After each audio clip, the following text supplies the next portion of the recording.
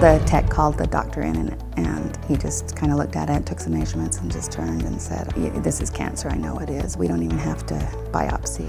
And I just recently celebrated my birthday, and it was kind of tender there where I thought, what if I don't have another one? What if I don't get to have more?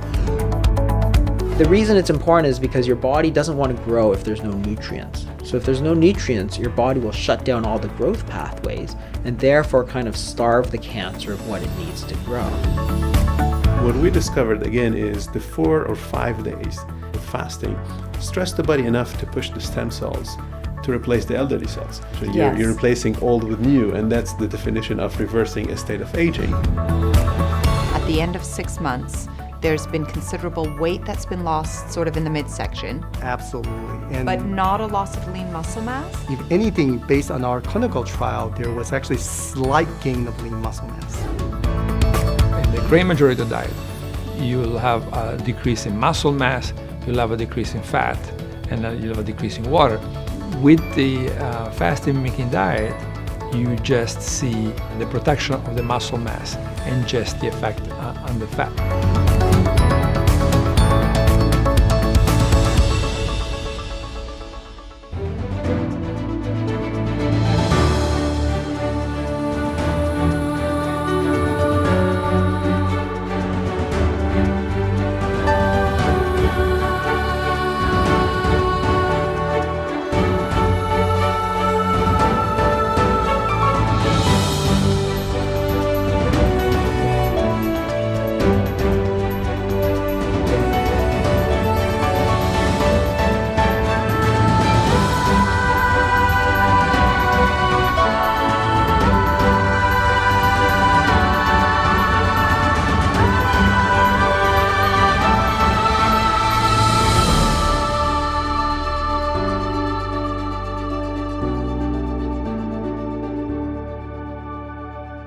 Welcome, and thank you so much for joining us for episode 5 of The Real Skinny on Fat, the truth about weight loss. I'm Montel Williams. And I'm Naomi Whittle. And Naomi, I have been so excited about the fact that now for 5 days in a row, we have been giving people information that they can use immediately, things that are going to affect their life, because as you change, what's that old adage? What you put in is what you get out. When you start to change what goes in, some of those negative outputs will stop happening, right? So we can actually use foods, use exercise and these things as a kind of a new way of medicine, if you will, right? That's right. And what I love so much about this particular episode is we're really getting into the deeper elements of how our metabolic health is a direct reflection of what we're doing in our lives. So cancer, Parkinson's, all of the neurological diseases, the autoimmune diseases, these are all impacted by our metabolism. And things like fasting or the fasting mimicking diet has a dramatic impact on our health. And that's where the science is really going. We've touched on fasting in one of the other episodes, but right now, guys, we're about to do a really deep dive. And let me explain something to you. I'm going to tell you I like to make sure I'm 100% honest, and you won't know that I have fasted multiple times because of conversations with this one right here over the last now 60 days, almost 70 days. I am trying to get ready for, really a deep dive in the program myself. But for 60 days straight now, I have been fasting every single day, and I do so at night. You can start this process right now yourself if you wanted to. Every night, I make sure I eat my last solid meal by 6:30, 7 o'clock at the latest, but then I don't put another piece of food in my mouth until 12 hours later. So it's guests like the one we're going to meet here at the top of the show, Mindy Swenson, who has used techniques that she wasn't taught while she was ill, right, to now help her recuperate and really recover a little better than she would have if she hadn't, right? So much better. And I think what moved me so much about Mindy's story is that she had to suffer so greatly and alone. And when she got out of that first treatment, where do you go from there? And so I think Mindy can really be a woman who can guide a lot of us through her personal journey. Absolutely. Let me share a little bit more after we see her tape. Take a look at this.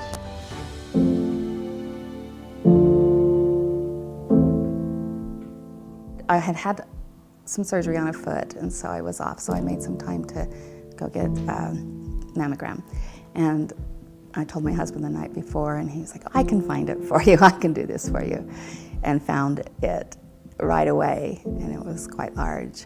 And it was stunning that you could even see it when I looked at my breast naked afterwards. I could see the actual dimpling of the lump, and it was outlined. You could see that it was pulling the tissue away. I went in for a diagnostic mammogram, and then they sent me straight into ultrasound. And while I was sitting in ultrasound, the tech called the doctor in, and he just kind of looked at it, took some measurements, and just turned and said, this is cancer, I know it is. We don't even have to biopsy it. It's pretty typical cancer. And so when I came out, I just sat down and went, I can't believe I have cancer. And I was just numb and felt drained, like I didn't have a pulse. I was quite just breathless almost. So as soon as I finish with my chemo, then in June I'll start 6 weeks of radiation for 5 days a week for those 6 weeks. And then I continue on with the Herceptin, and then I go into reconstruction. I just recently celebrated my birthday, and it was kind of tender there, where I thought, what if I don't have another one? What if I don't get to have more? Did you understand when I told you what cancer was? Yes, I already knew it. And how did you feel when you found I out? felt like random because you're usually not sick, so I was like, huh? So it was unbelievable to you? Yeah. Were you scared? No, not that much. How come? Because I knew you'd get through it. Well, thanks. I'm glad you feel like I'm strong. So Mindy, about 4 years ago, you had a cancer diagnosis. You went through a medical treatment regimen, and tell me what they did in that regimen. Our plan was to go ahead and go through with my chemotherapy, of course my breast removal, and then my radiation therapy. Did they give you any thoughts or recommendations of how to get your health back after the treatment program? No, it was pretty much, you're alive, be glad about that, and figure out how to do it in a couple of years and how to get through it. I'm really excited that you're here because I think that's where medicine drops off and really where I start, because my real focus is to build you up. So we want to put all of the good things back into your system. We want to help your immune system so that we reduce the likelihood of having the cancer return in the best ways that we know how. And if we put that energy and those building blocks in your system, we can really shorten that time period and help you to get your mojo back.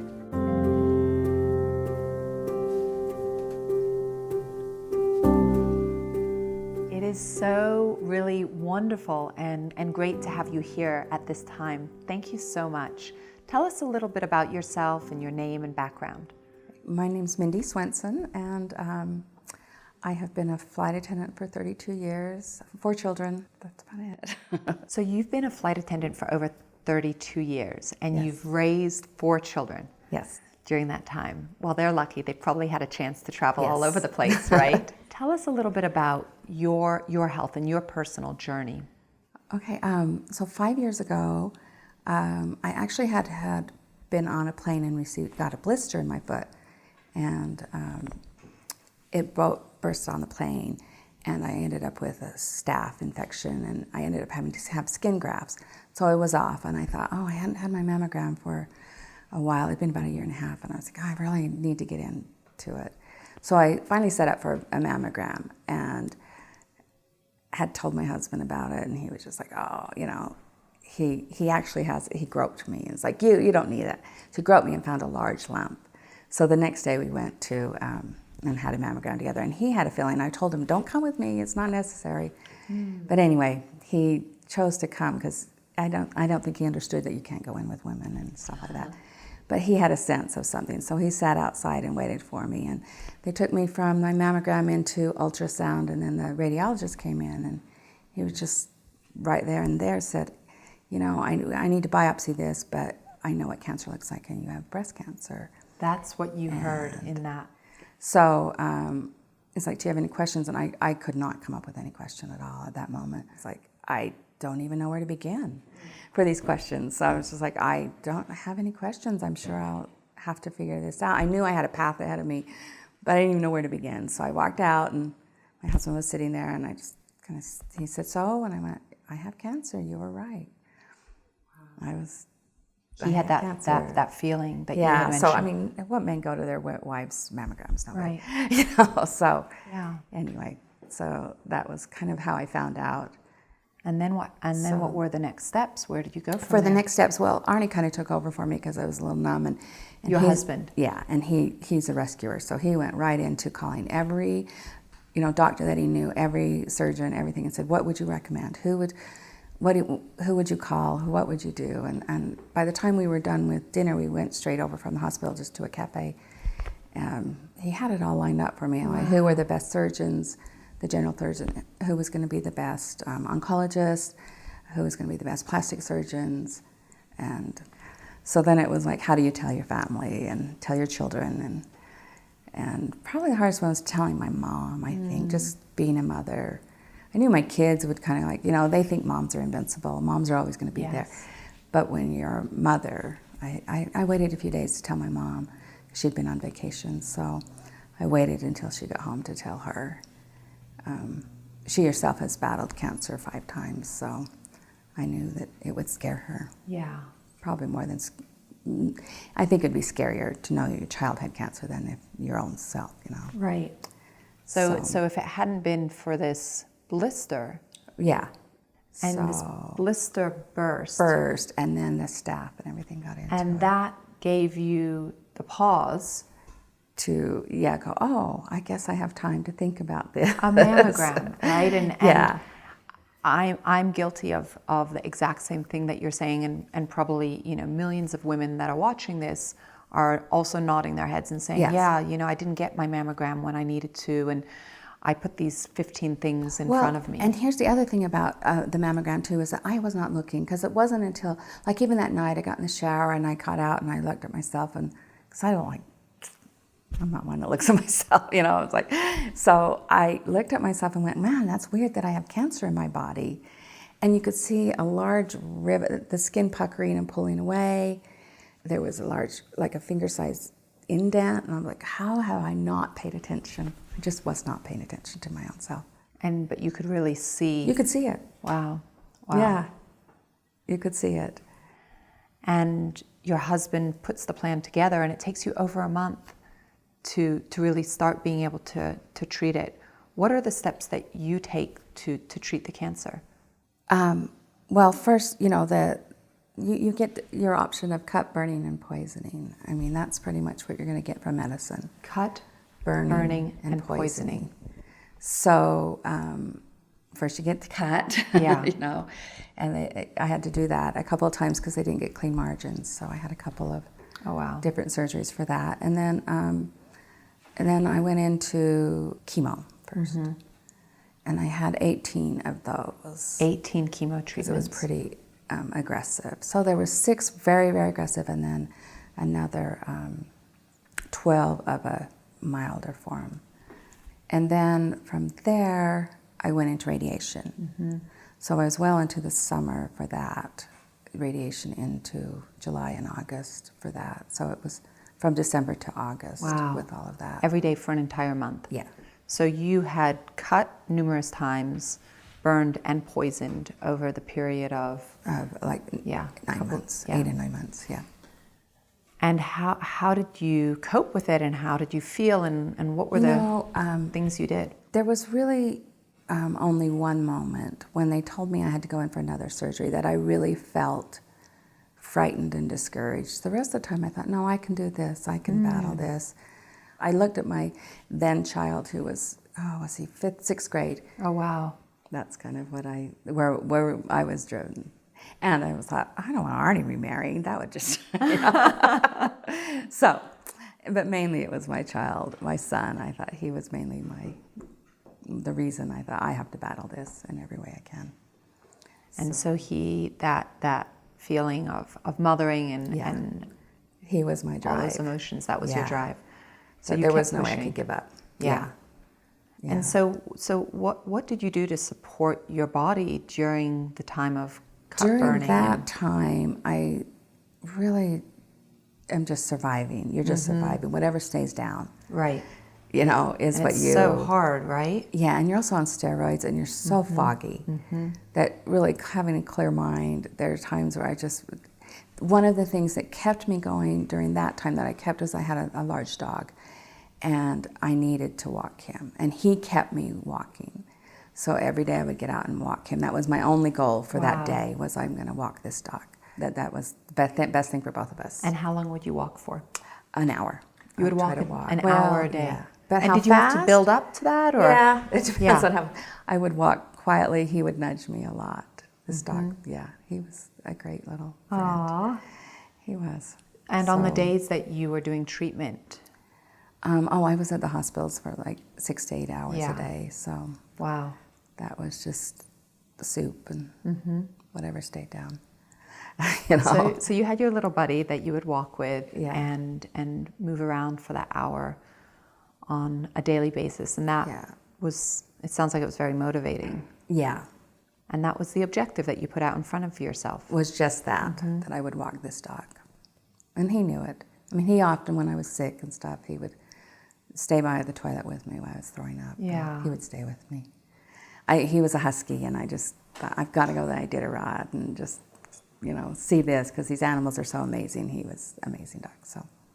Oh, he I had sounds a whole incredible. bucket list. So that was the other thing, is I created a bucket list and a different reason, like a reason to keep coming and keep going. And I can do this, and it was my bucket list. So tell me a little bit about this bucket list. Give me a couple of ideas of what's so there's on it. so many things on my bucket list, and it just keeps, the more I do, the longer the list gets. But one of them was to go to the Iditarod in Alaska. Oh, wow. Because I've just fallen in love with the breed, the Huskies, and because of my dog who got me out to walk and stuck by me when I was sick. So that was one of the main things I wanted to do, was get to Alaska and see the Iditarod and just celebrate this breed that was helping me so much. So, how beautiful. So fast forward, where are you today? How long has it been? Well, after I'd finished my last chemo, my friend, he lined me up with the West Clinic and would take me up to the West Clinic about once a month. And they have a protocol, and I went to my oncologist and said, you know, what do you think of this? He said, oh, you know, this is all we have to offer. And pretty much all I can say to you is, now you're going to feel crappy for the next couple of years. So if you can find something that will help your body start healing, because medicine only has that, cut, burn, poison, and then good luck for the next couple of years. You're going to feel like you're gross and weak for the next couple of years. And I would go up to the West Clinic, I'm going to say 9 times with that protocol, and to help my body start healing so I could get back to work. So I took a little more time off work to do that, to take the time. And I would recommend it to anybody. You know, science is going to give you just the cut, burn, and poison. They have nothing. My oncologist was not against it. He was just like, we just don't have anything else.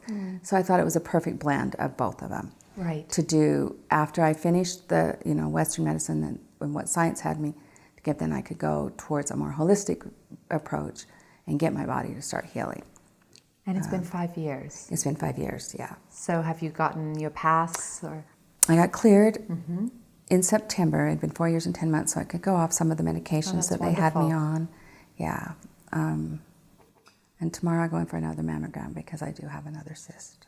You have another cyst, and tomorrow you'll know. Yeah. And what are your feelings? I feel like it's not a big deal. You think it's not a big deal? Good. I'm not afraid. I'm not afraid. If you find it early, you can really, you know, your odds are good. Right. So Mindy, if you think about all the women, all the people out there, and women like you that are, you know, I would say sandwiched between taking care of children, working, you know, caring for our parents, we get really sandwiched in these spaces and just in that place of survival. What would you say to all the women that are in just the space of surviving? And of course, pay attention. Pay attention. Pay What attention. does that mean? Because there's really pay attention to yourself. Like, I was not paying attention to my body, what my body was saying to me, and I really think, you know, I had that tender mercy because of that blister, and that not all bad things are going to kill you. I mean, you can grow from all of that. They're the experience in itself. But So whenever I go through hard things, I think about how it, just even, just daily things where I think, I'm like, oh, this isn't that hard anymore. I have a new perspective of it. And I would say to women, just pay attention to yourself. You have no use for them if you're not there. I mean, my son still needs his mother. But there was a moment when he crawled in bed with me and I was just kind of hugging him, and I just thought, it's so important for me to be here. He needs me. He deserves to have his mother. So it's like you have your last treatment, insurance is done, the doctors can't do anything more at this point, maybe offer you some more scans or acupuncture, and you're on your own. Was that a more frightening time for you? And you've been weakened from the cut, the poisoning, and the radiation. It's like, yeah, what if it comes back so quick? I mean, they just drop you. And because I'm not saying you shouldn't do your chemo and but afterwards you're going to be so beat up. And the hospitals, they don't have anything for you. They're not going to say, well, now if you do some things with vitamin C, it's going to help generate cells. Here we are at ways to detox your body from all of the chemo. Mm-hmm.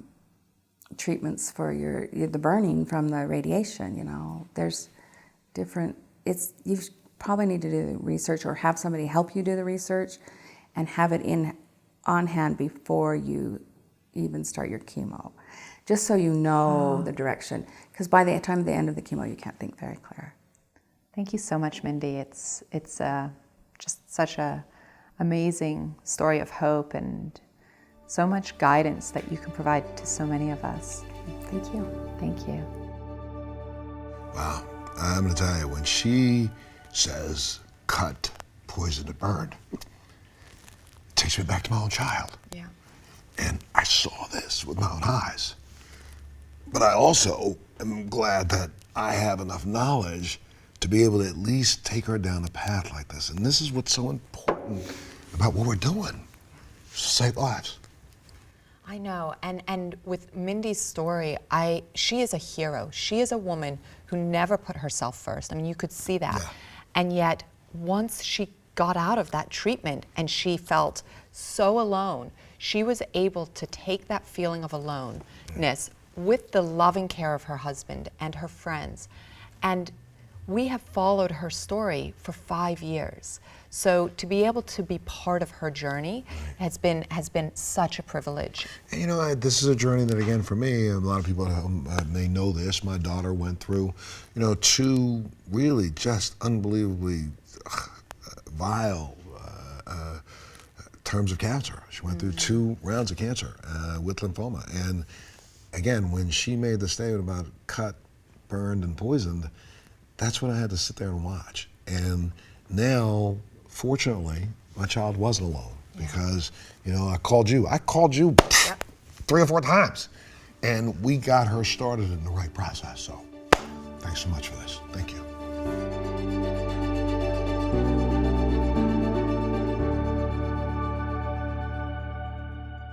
I'm excited about our next guest, who's Dr. Jason Fung. And the reason why is because he's one of these guys who is literally putting the term behind fasting as medicine. Because we've already talked about, people who watch us in episodes talk about the fact that food really should be looked at as medicine. So if food can be looked at as medicine, nutrition is medicine, why could not the reverse, fasting, be the same? And it does. What? It affects the metabolic rate? Yes, the metabolic health in so many different ways. Sure. And I think what Jason Fung, as a medical doctor, really brings to the table, which is so special and unique, is here he was treating patients that had kidney disease and were suffering. And he realized that unless he started to bring fasting into their world to transform their health, he was going to just continue losing them.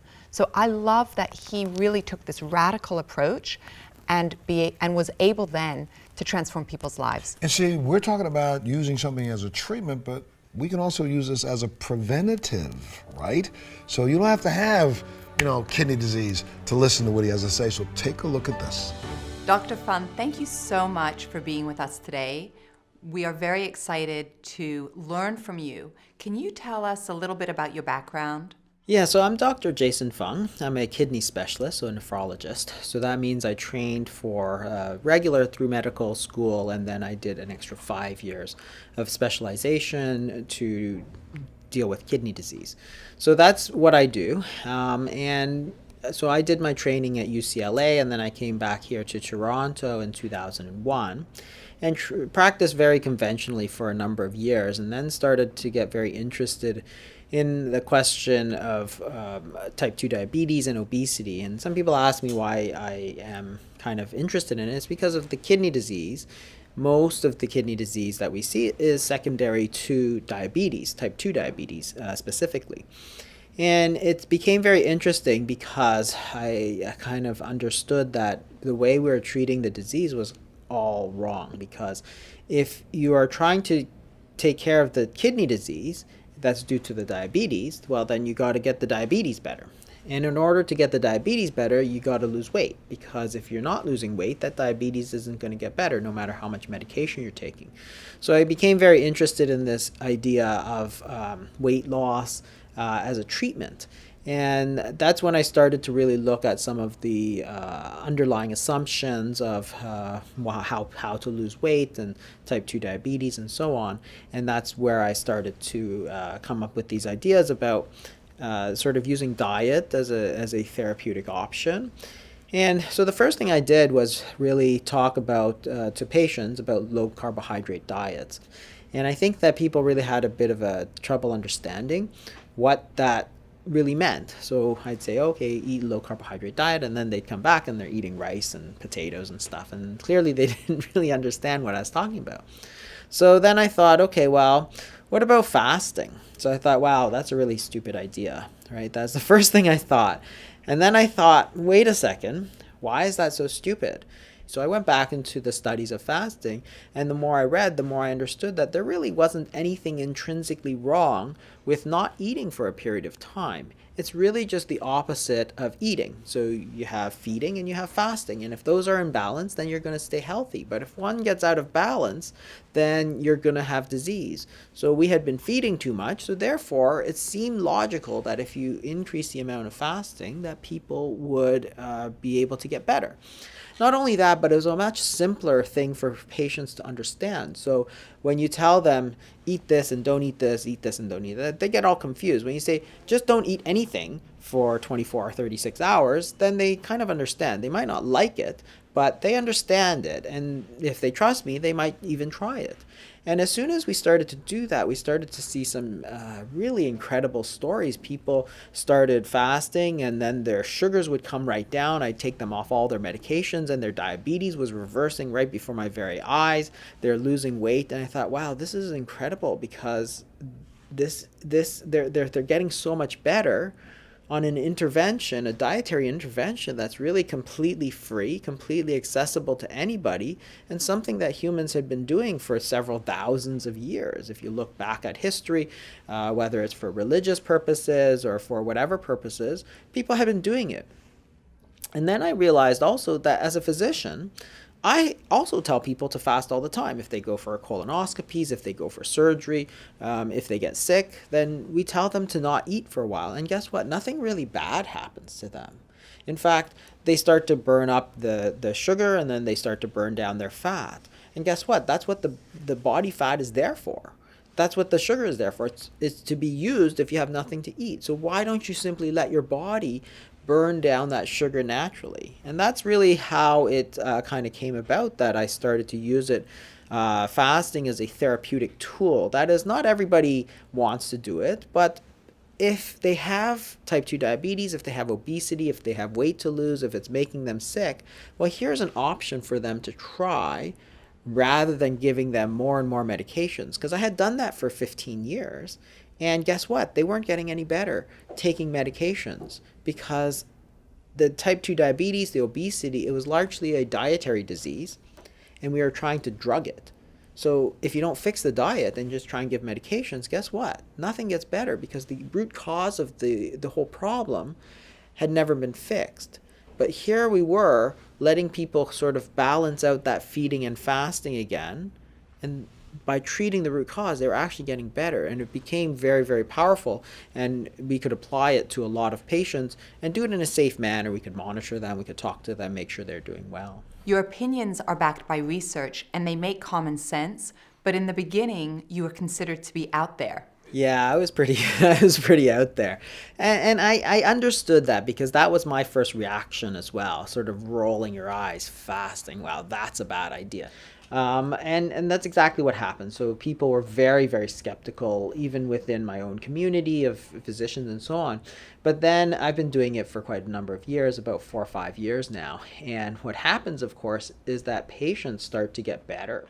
And as the other doctors start to see that their patients are getting like incredibly better in some cases, they were like, wow, what's going on here? And how can I get this benefit for my other patients? So that was when you could see everything starting to change. People started accepting it, then they started referring me patients so that they could get better doing the same sort of thing. So it really is hard for people to shift. But once they sort of understand that, hey, this is a good option for people, they start to see the results, then that's when people start to buy in, and then we start to see a lot more acceptance. Please go into a little bit more detail around fasting and the different types that you use with your patients. So the classic fast is water only fast. And then we allow a lot of other fluids, so sort of non-caloric fluids like herbal teas and coffee and so on, but no sweeteners, no artificial flavors, no artificial sweeteners, that kind of thing. So those are the liquids that we allow. And then you start to get into the kind of not the true fast, in that they still allow some food intake, but they're close enough that you still get good results. So for example, you might allow coffee with a little bit of cream in it, for example, and that's still an acceptable. It's a very small amount that you're getting throughout the day. So that sometimes helps with the compliance. So if it helps people do it, then sure, no problem. Some people use bone broth during the fast, so especially during longer fasts, we'll allow things like bone broth. And then there's something called a fat fast, which is where you eat just very high fat things. So bulletproof coffee would be an example of that. So you're taking a substantial number of calories with bulletproof coffee. So this is coffee blended with sometimes butter, sometimes MCT oil, sometimes coconut oil. There's a substantial number of calories in it, but it's almost pure fat. So the point of that is that the dietary fat, the fat that you eat, releases very little insulin compared to the other macronutrients, which is carbohydrates and protein. So if you eat almost pure fat, you can almost simulate the effect of fasting. And this, again, is sometimes used in these fasting mimicking diets and so on. So they're all variations of fasting, and you can do very well with them. So that's the type of fast. And then there's the duration of the fasting. So normal fast should be, and this is kind of from the 1970s sort of thing, is about 12 to 14 hours. So if you eat dinner, say at 7 p.m., and then you don't eat again until breakfast at 7 a.m., that's 12 hours of fasting. So normal fasting period is 12 hours roughly, and that's what you should be doing sort of every day. And that's what the word breakfast means. You have to fast in order for you to break that fast. So if you want to start to use up some of your stored food energy, which is your body fat, then you have to extend that fasting period. So you can go up to 16 hours, for example. So this is called a 16-8. That means you're fasting for 16 hours and eating for 8 hours. And this is what's also called time-restricted eating. So if it's really looking at the flip side. You're looking at the hours that you're eating rather than the hours that you're fasting. And the reason that the time-restricted eating is effective is that it sort of restores that sort of balance between feeding and fasting. And some people don't like the word fasting. It, for a lot of people, has a lot of negative connotations. It's a real F word. You can extend it further. You can go to like a 20-hour fast and a 4-hour eating window. Or you can, and then you can go up to, say, 24 hours a day. So this is also called 1 meal a day. So you'll see that acronym sometimes, OMAD, 1 meal a day. So if you eat dinner to dinner, you're getting around 24 hours, say 23 hours of fasting in 1 hour eating. So that's sort of that idea of 1 meal a day. And people might do that, for example, 2 to 3 times a week. That might be a sort of standard schedule. Once you get past that, then you start to get into the longer fast. So I usually define sort of short-term fast as kind of less than 24 hours, and then longer fast after that. So 36 hours is sort of the full day fast. So if you eat breakfast, lunch, and dinner on Monday, and then you don't eat all of Tuesday, and then you don't eat again till Wednesday breakfast, it's a longer than 24 hours. So it's about a 36-hour fast. And those are the sort of things that we'll use more under supervision and more under, for specific concerns about, if there's a lot of weight to lose, for example, or if there's type 2 diabetes. The one thing you do have to be careful of is the medications. If they are on type 2 diabetes, you have to be very careful to adjust it for the proper duration of the fasting. And then after that, you go into the multiple day fast. So you can go really anywhere up. You can go 7 days, you can do 14 days, you can do 28 days. The longer you go, the more power you get. But on the other hand, the risk is a bit higher. So some people don't feel well. So you have to really monitor yourself and make sure you're feeling well. The other thing is that we typically stay away from 48-hour fasts, because if you look at multiple day fasts, particularly hunger, so you shouldn't be feeling weak, because your body should be supplying the energy that it needs from its body fat. That's what we're trying to do. So you shouldn't feel weak, but you can feel hungry, and sometimes that's a real problem for people. The hunger typically peaks at around day 2. So that's usually the hardest day. That's the day people are like, oh, I'll never get through this. And then after that, very interestingly, the body switches fuel sources. So instead of relying on the food that you eat, your body has now started to switch over into the burning the body fat. As it does that, because you're supplying energy to the body, hunger actually starts to decrease, which is what people don't understand when they're going on these long fasts. They think that hunger continually increases, so they're at like, wow, how can you do 7 days? It's not like that at all. What happens is that it goes up to day 2, and then by day 3 it starts to fall. So day 2 is a day that they say, wow, I'll never be able to make it. Day 5 is the day they say, wow, I can go on forever. So that's some of the power of these longer fasts, is because if you've already gotten over that sort of hump, then you can kind of keep going, and it feels like you feel completely normal. In fact, some people feel amazingly well, because what you're doing is you're letting your body, in essence, eat its own body fat, which is what it's there for. It's stored there for you to use when there's nothing to eat. So let your body feed on that body fat. That's the kind of durations. We typically try and keep it to 14 days or less. Once you start getting into, 28, even into the month, people have gone months, for example. But there's a higher risk of other problems such as refeeding syndrome and so on. So we'll typically advise people to cut it around 7 days, 14 days, because they can always do it again. That is, if they really feel that they have more weight to lose, they want to get more power onto their diabetes, take a little break.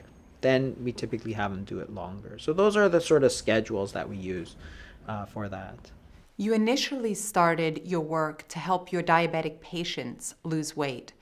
But tell us a little bit more about what were some of the surprising results that you got along the way, the things that really helped to additionally transform their health. Yeah, one of the most important things was that people had a lot more energy when they were fasting. And once I started to think about it, it was became clear why that was.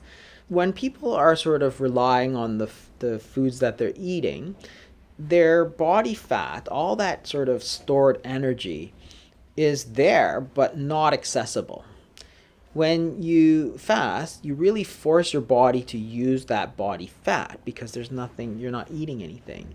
And there's so much energy kind of stored there, often 50 pounds or 70 pounds, that the body kind of gets flooded with energy, and then they start to feel really good. So I had a lady, I remember once, one of the first patients I treated, she could barely drag herself in the door. And then the second time I saw her after this fasting, she thought she'd be terrible. She was like running in, and her husband's like, I can't even keep up with her anymore. She walks so fast. So that was one of the benefits that people felt, that they, all of a sudden had so much energy to use. And that's because we're unlocking that sort of energy that had been locked away from them, which is perfect. Again, that's absolutely perfect, because that's what we wanted to do. That body fat, which is giving them type 2 diabetes, which is making them sick, now is being used for the purpose that it was supposed to be used for, and they're feeling good. So we're working with the body instead of against the body all the time. The other thing a lot of people really noticed was the mental clarity.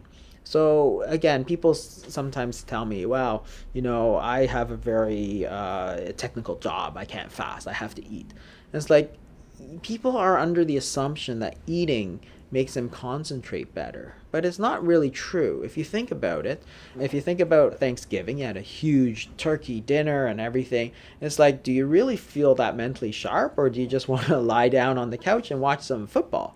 So when you eat a big meal, it's not like you're feeling really mentally sharp. All that blood has to go in and digest, and you're feeling kind of tired. You get that food coma. You're not that sharp. As opposed to if you haven't eaten for a while, people, when you say somebody is hungry for something, does that mean that they're tired and can't concentrate?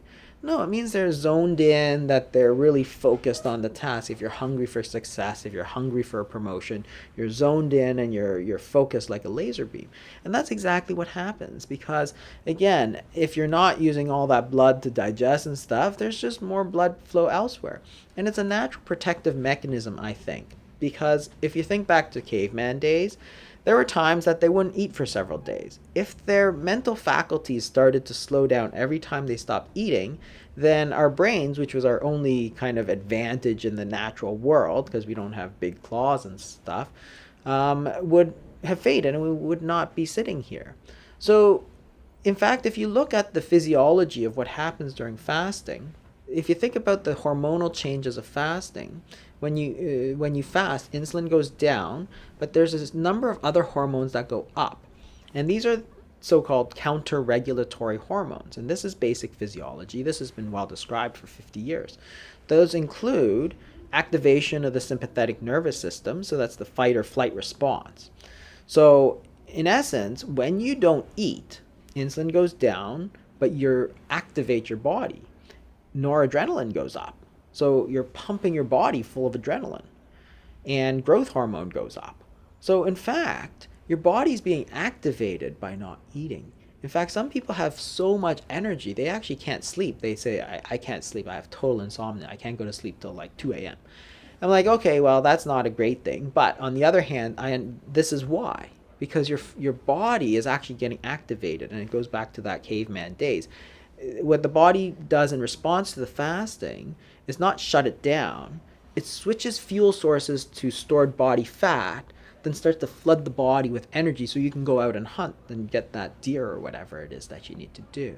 So not only do you have more energy, but you feel mentally much more clear. So I have a couple of examples. My friend who works a lot of nights, he started fasting, and he did it because he was overweight and wanted to lose some weight. And he understood immediately after I started talking about it that the physiology all backed him. And he says, what's incredible is that not only did I start to lose some weight, but my brain felt like I was on fire, like I could do anything. It's like everybody seemed to be working at like a snail's pace in slow motion.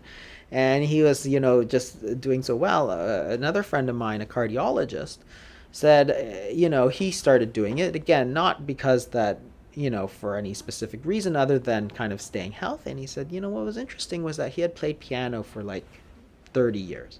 And there was a piece that he was never able to play. And then once he started fasting, he thought, well, let me try it. And he did it first time in his whole life. He'd been playing for like 30 years, never been able to play that piece. And all of a sudden, with the extra sort of hormonal boost, he's like able to play this. And it's like, wow, that's incredible. So these sort of unexpected benefits. So people now talk about it in terms of prevention of Alzheimer's disease, which is very fascinating.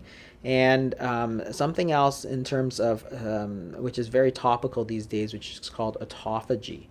And autophagy is this sort of cleansing process of the body. So when you don't eat, your body will actually start to break down some of these subcellular parts. And the old stuff, the junky stuff gets broken down. And then when you eat again, because growth hormone, which is one of the counter-regulatory hormones, goes up, your body will rebuild whatever protein it needs. So you're actually undergoing this sort of cellular cleansing process. So in essence, what you're getting is a lot of anti-aging effects. And not only that, but people talk about it in terms of prevention of cancer, because cancer, of course, is a disease of excessive growth. So if you are able to shut down all these nutrient sensors, so your body has sensors, it senses when nutrients come in. The reason it's important is because your body doesn't want to grow if there's no nutrients. So if there's no nutrients, your body will shut down all the growth pathways and therefore kind of starve the cancer of what it needs to grow, or at least help. Once it's established, cancer is very difficult to treat, of course. But in terms of prevention of cancer, it could play a huge role because you've got this sort of cleansing process. All these long fasts, they had been thought of as a way for the body to clean itself out, sort of a spring cleaning for the body. Something you do once a year, a long fast, to kind of get rid of all the junk. And in fact, these sort of ancients could have been right on the money, because now we're discovering all these new pathways like autophagy. And the reason it's so interesting is that the 2016 Nobel Prize for Medicine was given to one of the big discoverers of autophagy. And maybe all that sort of ancient wisdom was right all along. It is a way to clean our body out from all this excess junk and then prevent diseases like Alzheimer's disease, which is an accumulation of too much sort of junk protein in the brain.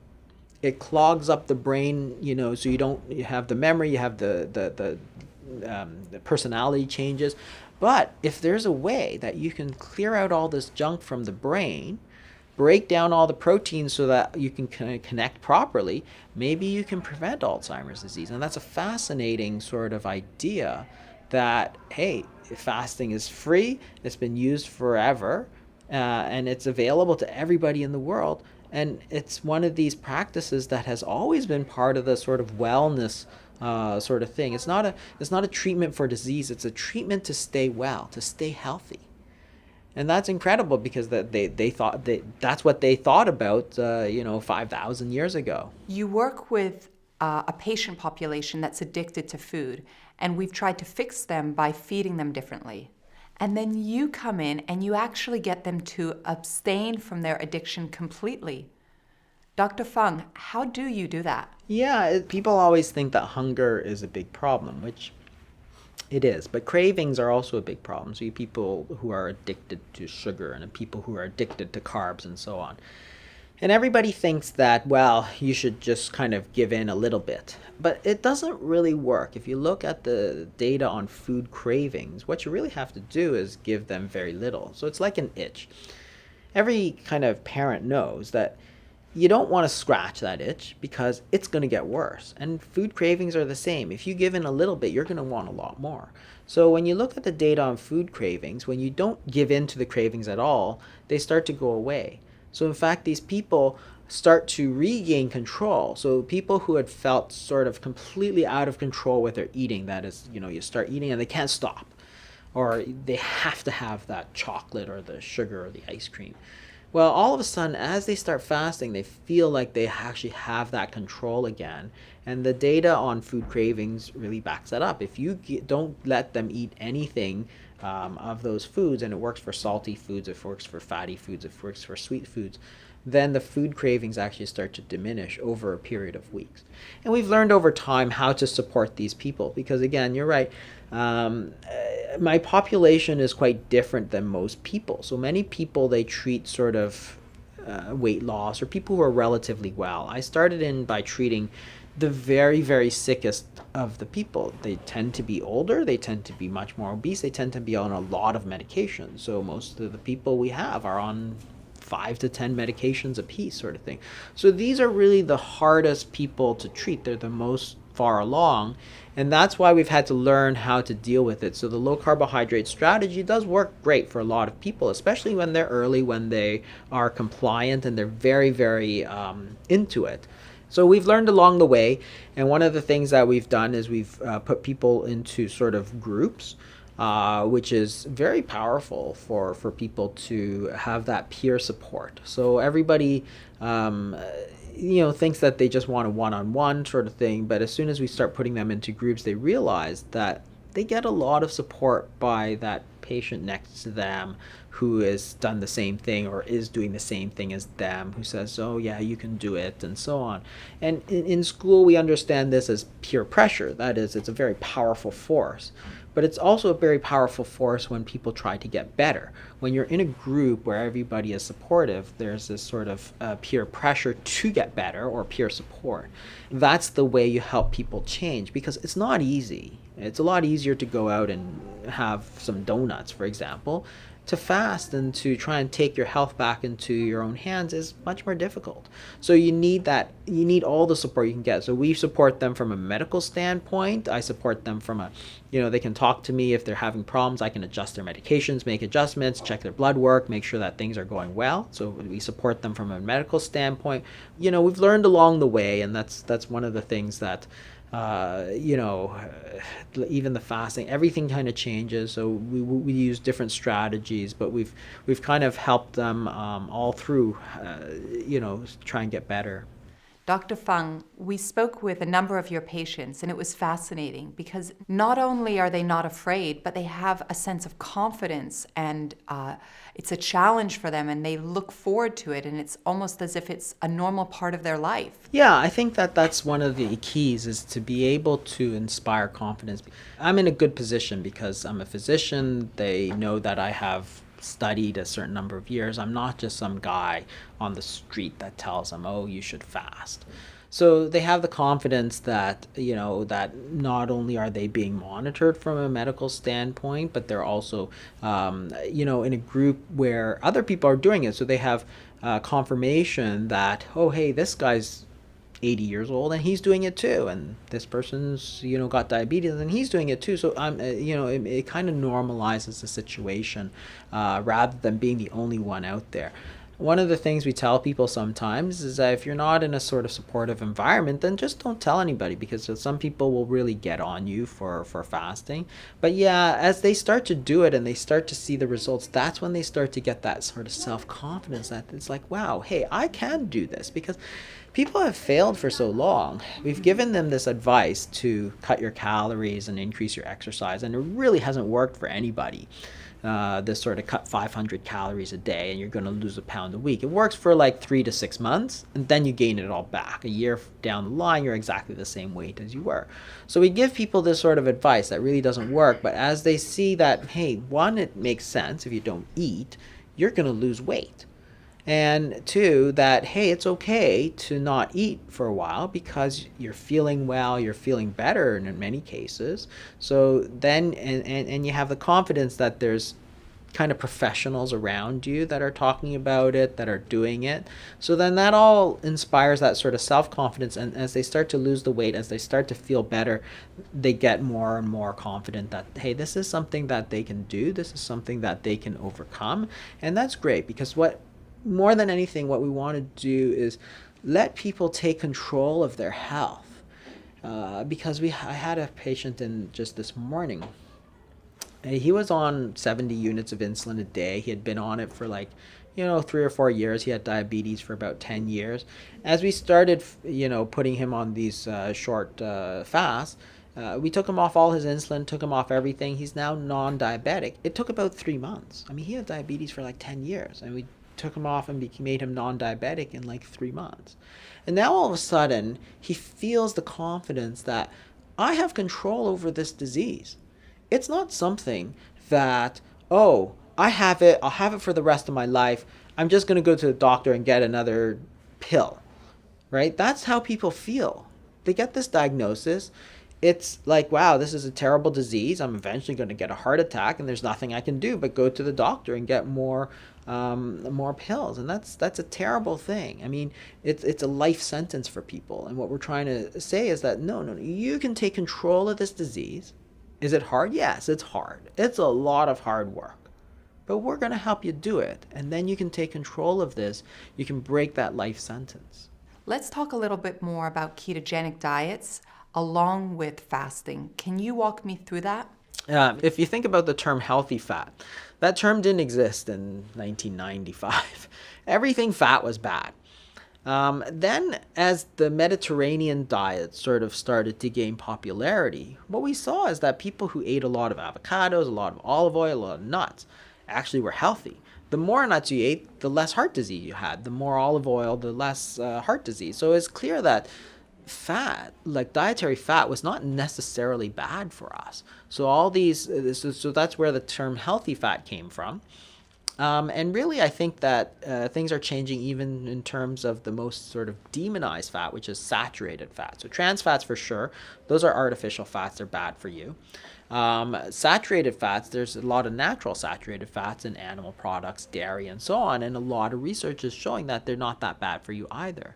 So a lot of these natural fats are not that bad for us. They don't cause heart disease. And so you can eat them. And in fact, people have been eating them for thousands or millions of years. Things like meat and butter and so on, eggs, they've been in the human diet for, a million years. Like if there was a problem, we probably would have found out like a million years ago that this was going to kill us. But it wasn't. So this is where things have started to change. So because dietary fat has sort of the least insulin effect, you try and eat a fattier diet while cutting down the carbohydrates, especially the refined carbohydrates, and sort of stay moderate on the protein. The most important rule really of a ketogenic diet, though, is to eat natural foods and not fake sort of highly processed foods. Anytime you process the food, you're probably doing something that's not too good for you. So that answers the question of what to eat. And when people were eating these ketogenic diets, what they found was because it kept them full for so much longer, they didn't need to eat all the time. So they naturally fell into this sort of rhythm of time-restricted eating. They might eat once or twice a day instead of 6 times a day. And that's perfectly natural. Again, if you think about it, natural foods, especially high in protein and fat, activate our satiety hormones. So that is, if you take an equal calorie portion of steak and Coca-Cola, for example, one is going to fill you up and one is not. So if you eat a steak, say you eat steak and eggs for breakfast, very high in protein, very high in fat, well, it just sits in your stomach all day long. You're probably not that hungry at lunchtime. You may even skip it and go right through till dinner time. But if you drink a Coca-Cola or orange juice in the morning, you drink it at 9 o'clock with a muffin, by 10:30, you're like ravenous. But it's the same number of calories. So what's the difference? The difference is that the natural foods with the protein, with the fat, activate satiety hormones that tell our body that we're full. So don't eat anymore. Whereas those processed carbohydrates don't activate any of the satiety signals. So you eat it at 9 o'clock, by 10:30, you're reaching for another donut. And so if you eat those sort of natural foods, people fall into this sort of natural rhythm of intermittent fasting. Sometimes they extend it and it feels very natural. So they've really, the ketogenic diets, the low carb, high fat diets, and intermittent fasting really answer two kind of questions of obesity, what to eat, when to eat, but they very naturally go together. And I think of it as really sort of a natural human diet without all the processed foods, without all the sort of fake foods, without all these rules that, oh, hey, it's breakfast time, so even if you're not hungry, you should start stuffing your face with cornflakes. It's like, that doesn't even make sense. If you're trying to lose weight, why would you stuff your face with cornflakes in the morning? If you're not hungry, that's your body telling you that you don't need to eat. Wait till you're hungry, then eat something natural. Maybe salmon, maybe salad, maybe vegetables, maybe whatever. But that's the sort of thing. So we use low carbohydrate diets. Ketogenic diets are the sort of more extreme sort of carb restriction of the low carb diets. We use that together with the fasting because they're really two separate issues. So what to eat, when to eat. If you affect both of them, that's when you really start to see some success. You've written several books on this topic, including one that will be coming out shortly. Tell us a little more. Yeah, so the first book I wrote was called The Obesity Code. So that really talks about the science of weight loss. So where the sort of whole calories, ideas, calories in, calories out, goes wrong, where it kind of goes off the tracks. And a different way to think about it more as a hormonal issue. Once you understand a hormonal issue, then you can apply. So if obesity is about too much insulin, then how can you lower insulin? One is with low carbohydrate diets, and two is with intermittent fasting. The two questions of what to eat and when to eat. And then after I wrote that, there was a lot of questions about fasting, sort of, these sort of myths. It's going to burn muscle. It's going to put you into starvation mode. Is it going to, can you do it with diabetes? All these sort of questions came up. So then I wrote a second book with Jimmy Moore called The Complete Guide to Fasting, which really answers questions specifically about fasting. The first book had sort of one chapter on fasting, but it's really more about weight loss. I have an upcoming book in March of 2018, which is called The Diabetes Code, which is focusing very specifically on type 2 diabetes and prediabetes. So if you look at the incidence of prediabetes and diabetes, it actually affects close to half of the American adult population. So a huge number of people at very high risk of heart attacks, strokes, cancer, and that kind of thing. But it talks about what diabetes really is, the way to think about type 2 diabetes and how you can treat it. So again, type 2 diabetes is a different disease. It's tied into obesity, but it's separate. It really has a much more strict focus on that.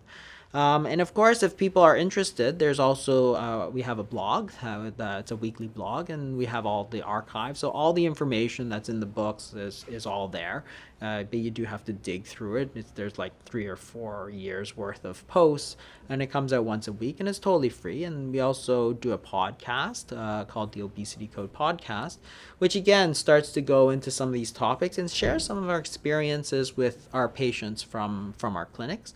And that's something that they can listen to for free as well. And there's a number of lectures that have been taped and posted onto YouTube. So we have that all linked on our website as well, which is www.idmprogram.com. So IDM stands for Intensive Dietary Management, which is our program. So and then of course we also have coaching sessions that we offer. That of course needs to, there's a fee for that. But if people are looking to get more help, then certainly we can offer it. But we're happy if people just look through the free materials. I mean, it's all there for people to take and take control of their health. Dr. Fung, thank you so much for being here today. The work that you've been doing for all these years is now really in a moment where our entire country is paying attention. So thank you. Thank you very much. Well, again, research means validation. That's right. And people come from all over the world to see Dr. Fung. He is that impactful. And what I love more than anything is when he first came to the realization, Montel, that he needed to start treating his patients differently, treating them with fasting, with all the different types of fastings, he was basically on the cutting edge. It was like a radical move. And I want to tell you, look, I've heard from doctors, people know that I'm involved in medical research for deep brain stimulation and other things. I have heard from doctors this one point that a lot of people probably, I'm going to share it with everybody. Yeah. A doctor said this to me, said, Montel, anything transformative in medicine is always met with vehement and adamant resistance. Because there are people who went to school 10 years ago, never went back, and they think that it's their way. And every single year you have a group of guys who think it's their way. So if you come up with something like this that's radical, right, of course it's going to be met with resistance. Because number one, I think you mentioned, this doctor's not prescribing medication. As radical as it could possibly be. And a lot of people at home, you looked in that medicine cabinet and you wonder, why do I have all these bottles here? They're still sitting there because you took them from a doctor, you never even finished them. This is the kind of thought process we all need to start having, because we can all reduce our complete healthcare footprint on the planet if we just did it from within, right? Right. And so while this has been so radical, we look in today's climate and everybody's buzzing about fasting. Everybody's speaking about the fasting mimicking diet. I mean, it's like the big word. So now, believe it, science has caught up.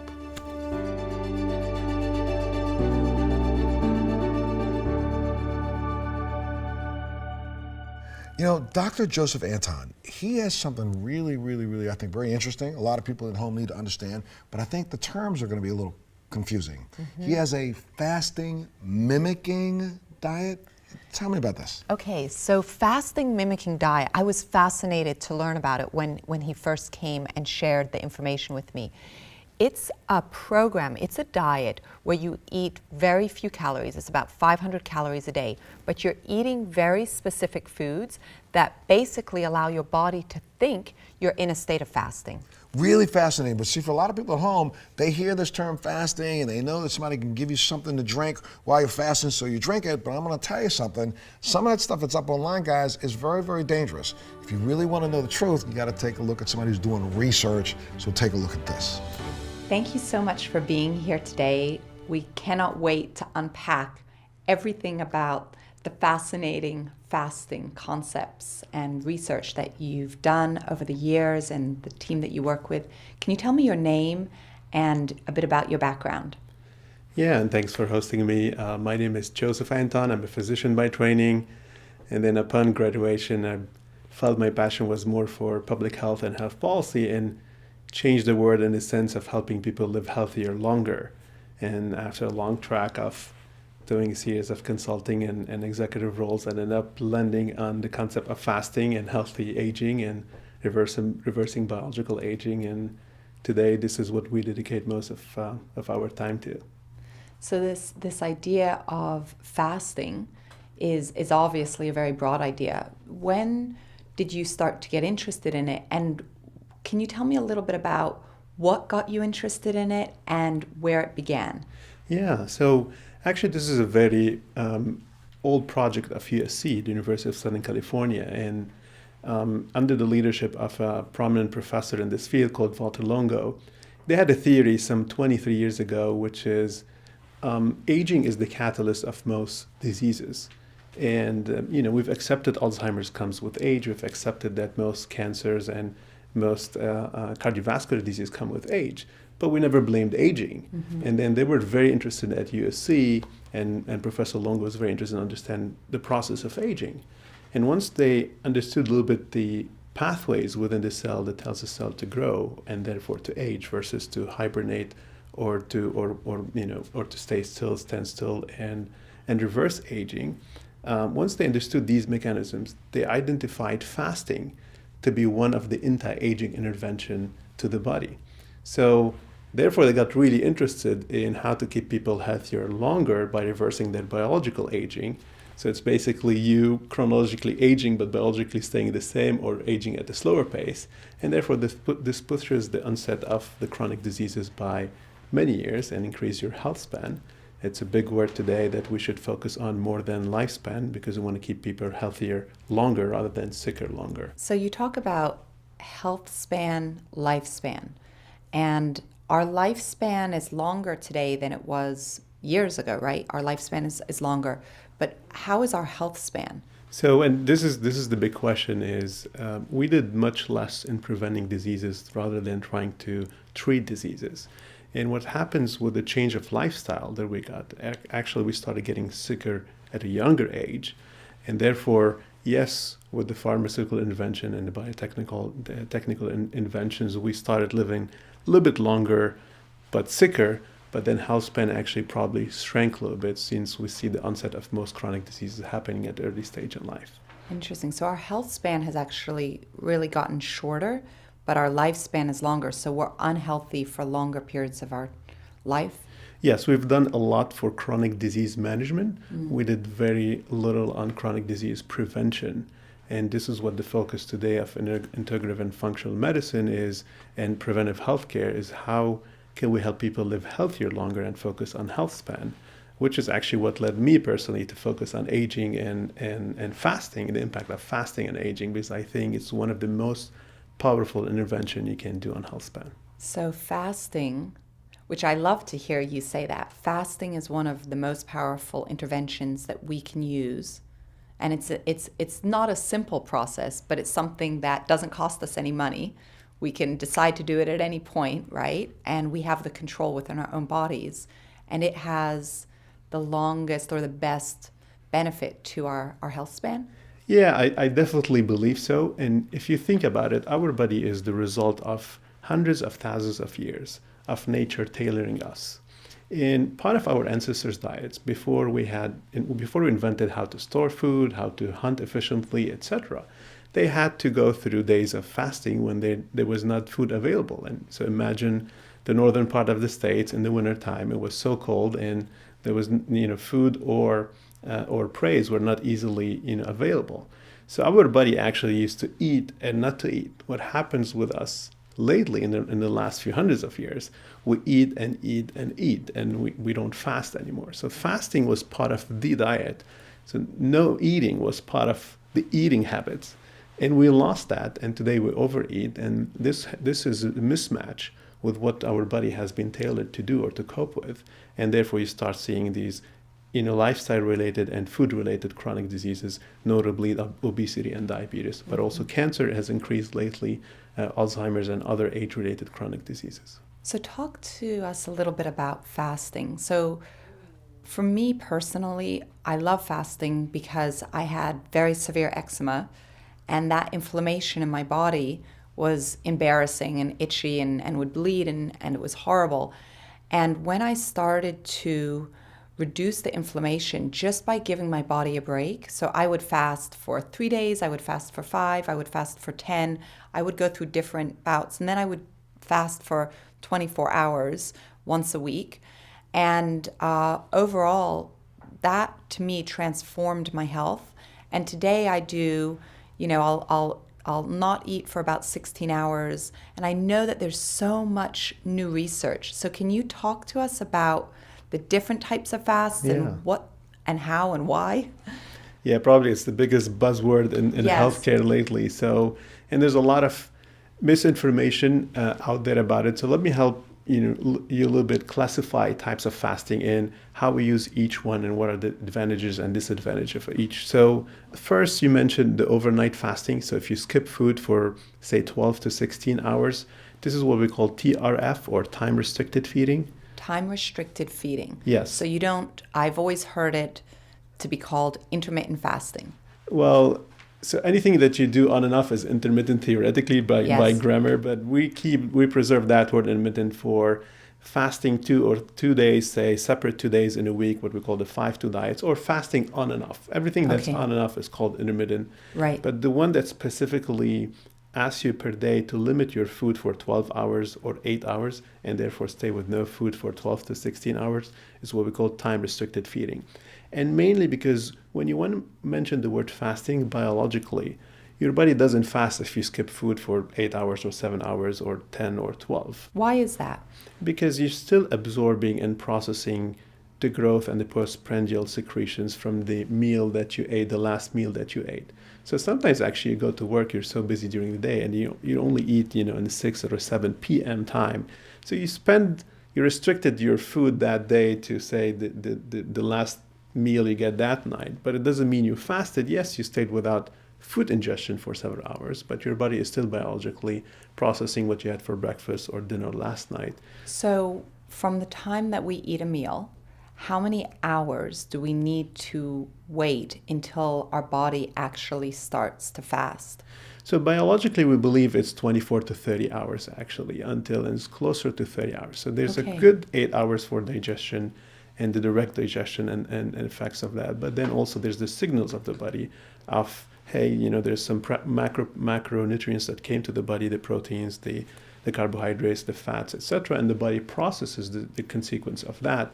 And the cells nourishes, itself. And there's, insulin's going to increase, insulin growth factor, and all the postprandial, if you want, biological food processing. So you use the word postprandial. That's really the time after we're digesting or while we're still finishing digesting? Yeah, that takes up to 8 hours. But then after that, there's the signal in the body that there's food, and therefore the body is still at the cellular level, getting the ripple effect of food, and doesn't really go into fasting until you go up to 30 hours with no food. So you're in what's considered a postprandial state. So you eat your food and then you're in postprandial up to 30 hours. Yes.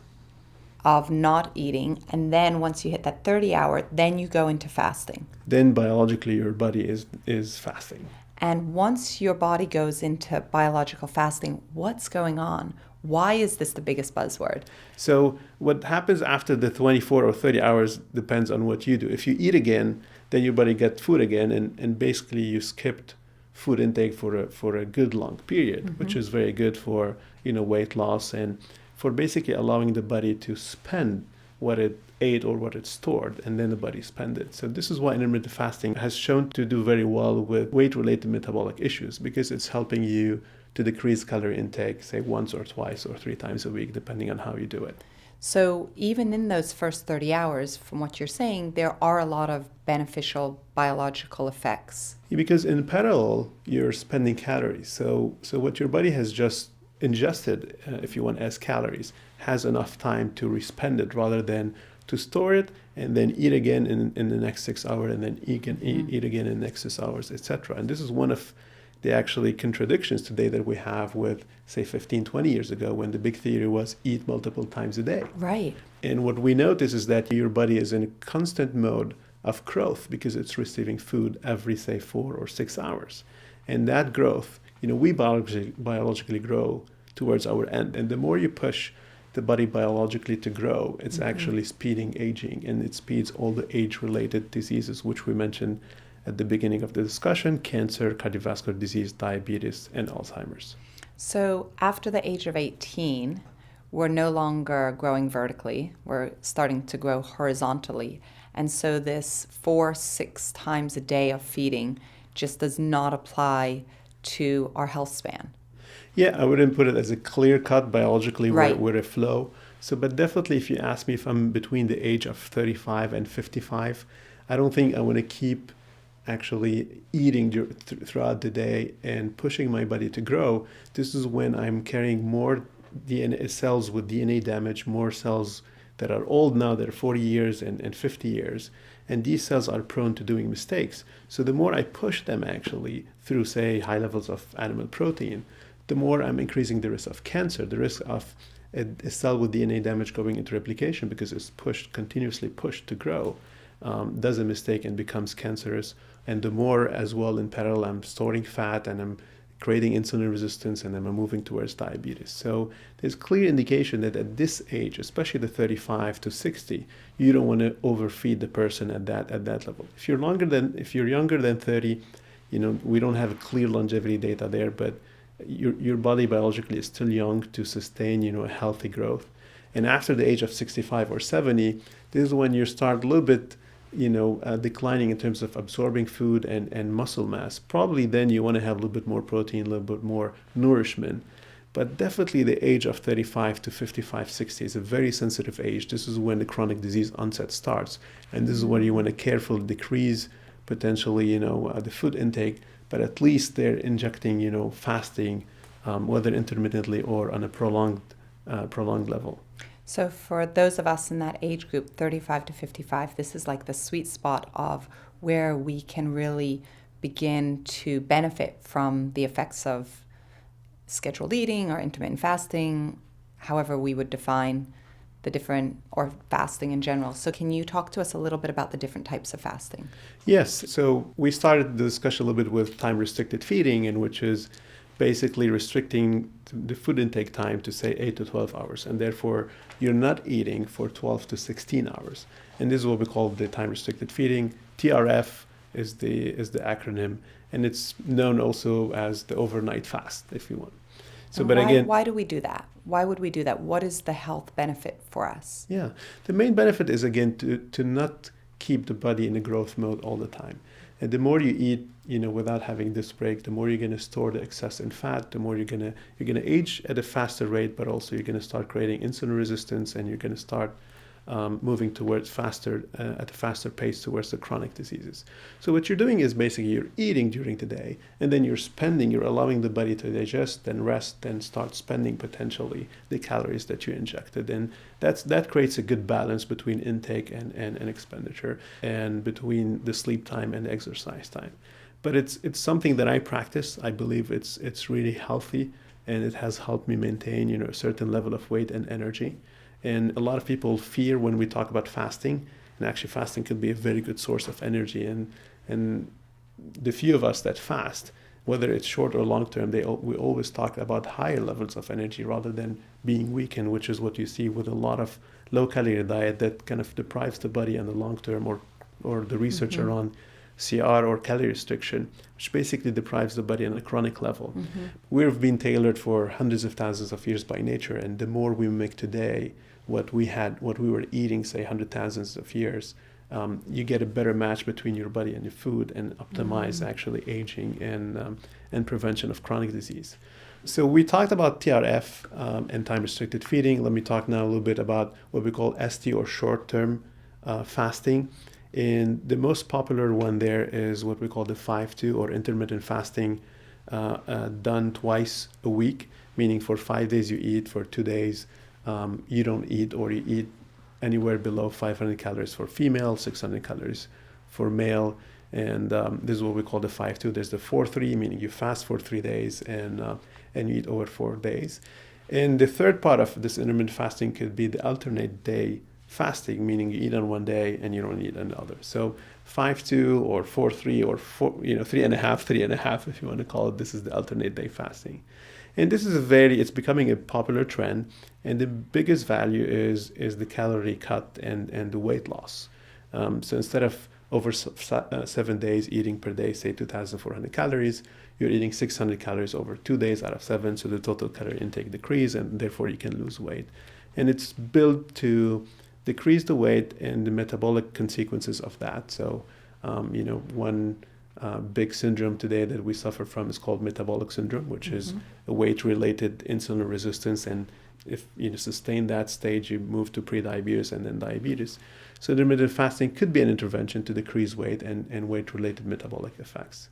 So then you move from ST, which is short-term fasting, to what we call PF, what is prolonged fasting. And this is fasting for more than 3 days in a row. And here you move to a completely different category. So you're putting your body into a major alert, a major stress. So imagine you skipping food for a full 3 or 4 or 5 days. And you're just drinking water. For now, let's say it's water-based, pure fasting.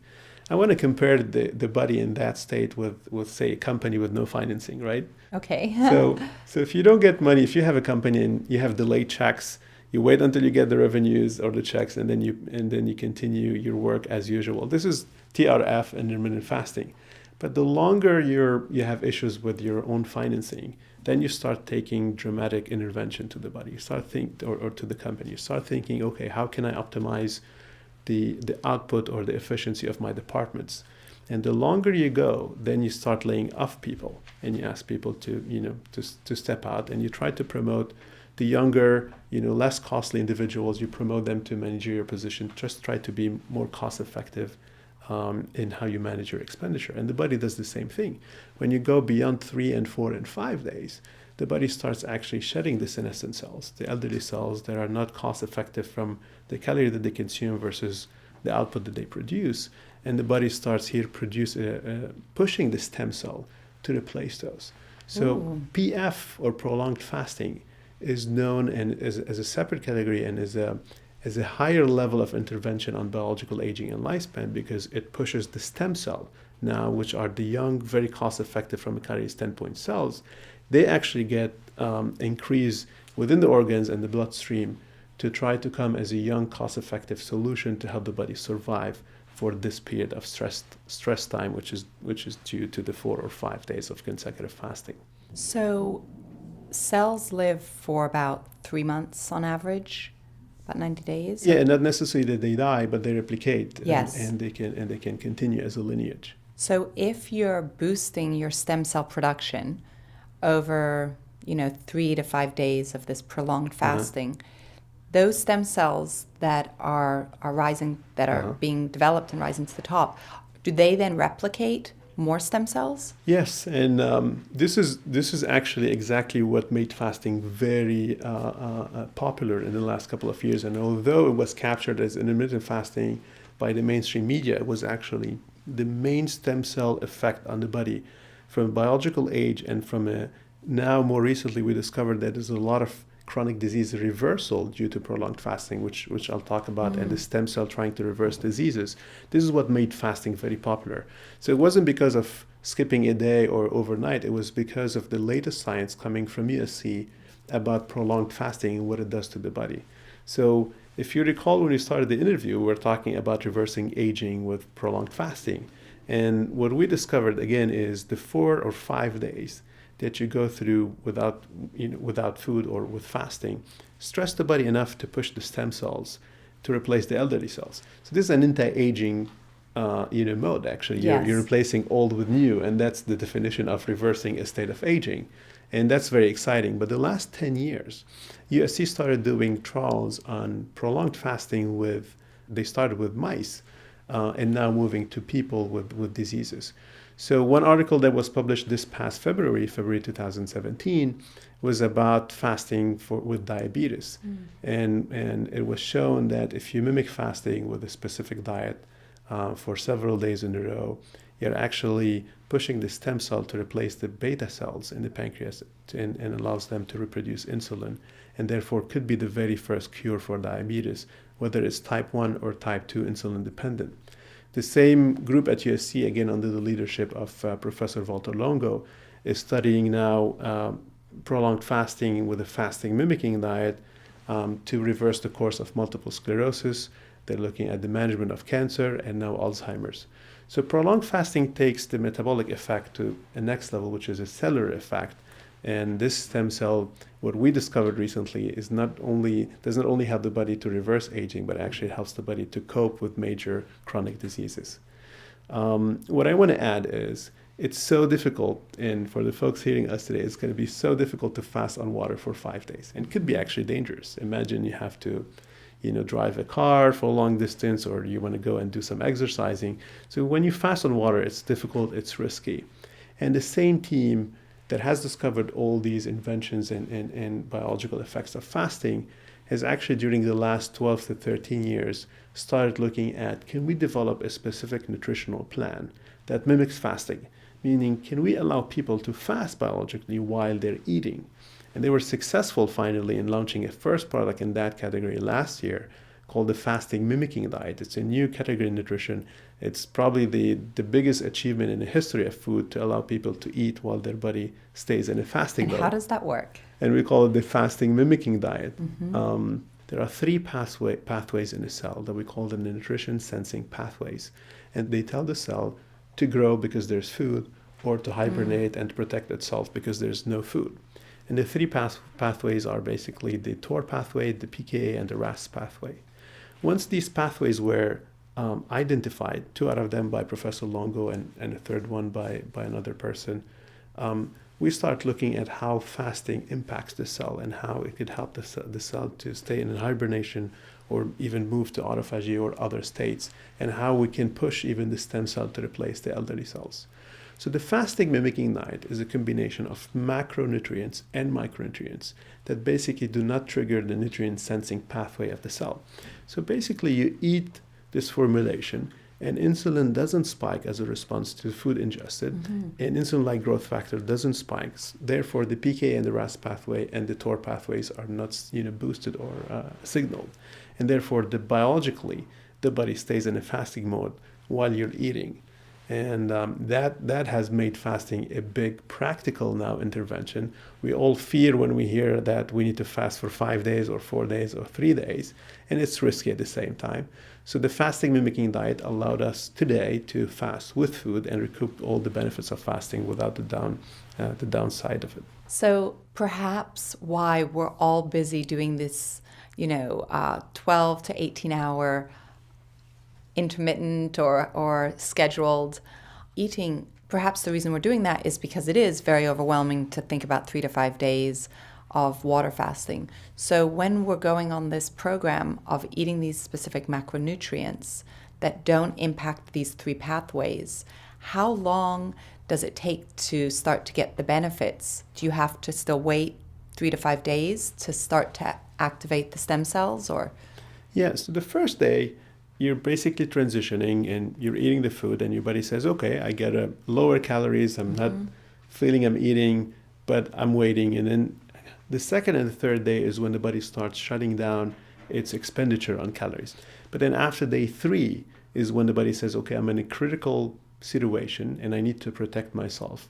And this is where the body tries to regenerate, get rid of cells that have a lot of DNA damage or they're elderly, and try to push the stem cell to replace those. So during these 5 days, the stem cell secretion starts almost at day 3 and takes 2 days for secretion. And afterwards, we recommend you eat again because we want to bring food and boost these new stem cells. And you can do it in a cyclic way. You don't have to go beyond the 5 days. You just do 5 days, and you can do them once every month or every 2 or 3 or 4 months, depending on the reason why you want to do the fasting, the prolonged fasting. So if you're looking to increase your stem cells and to really reverse many of the effects of aging biologically, how often would you see someone doing this? So let me kind of take 2 extremes, and then we can fill in the blank in between. So one extreme is, say there's a healthy 30-year-old female, fit, very low BMI, and she's just well educated, very much concerned about health span, and just want to live healthier longer. That person could do the fasting mimicking diet program once every 2 or 3 or even 4 months a year. So once every quarter is perfectly fine. On the other extreme, I'm going to take an example of a 55 or 60-year-old male who just went out of the clinic of his physician and found out that he's overweight, start developing insulin resistance, start seeing his cholesterol increasing, his triglyceride increasing.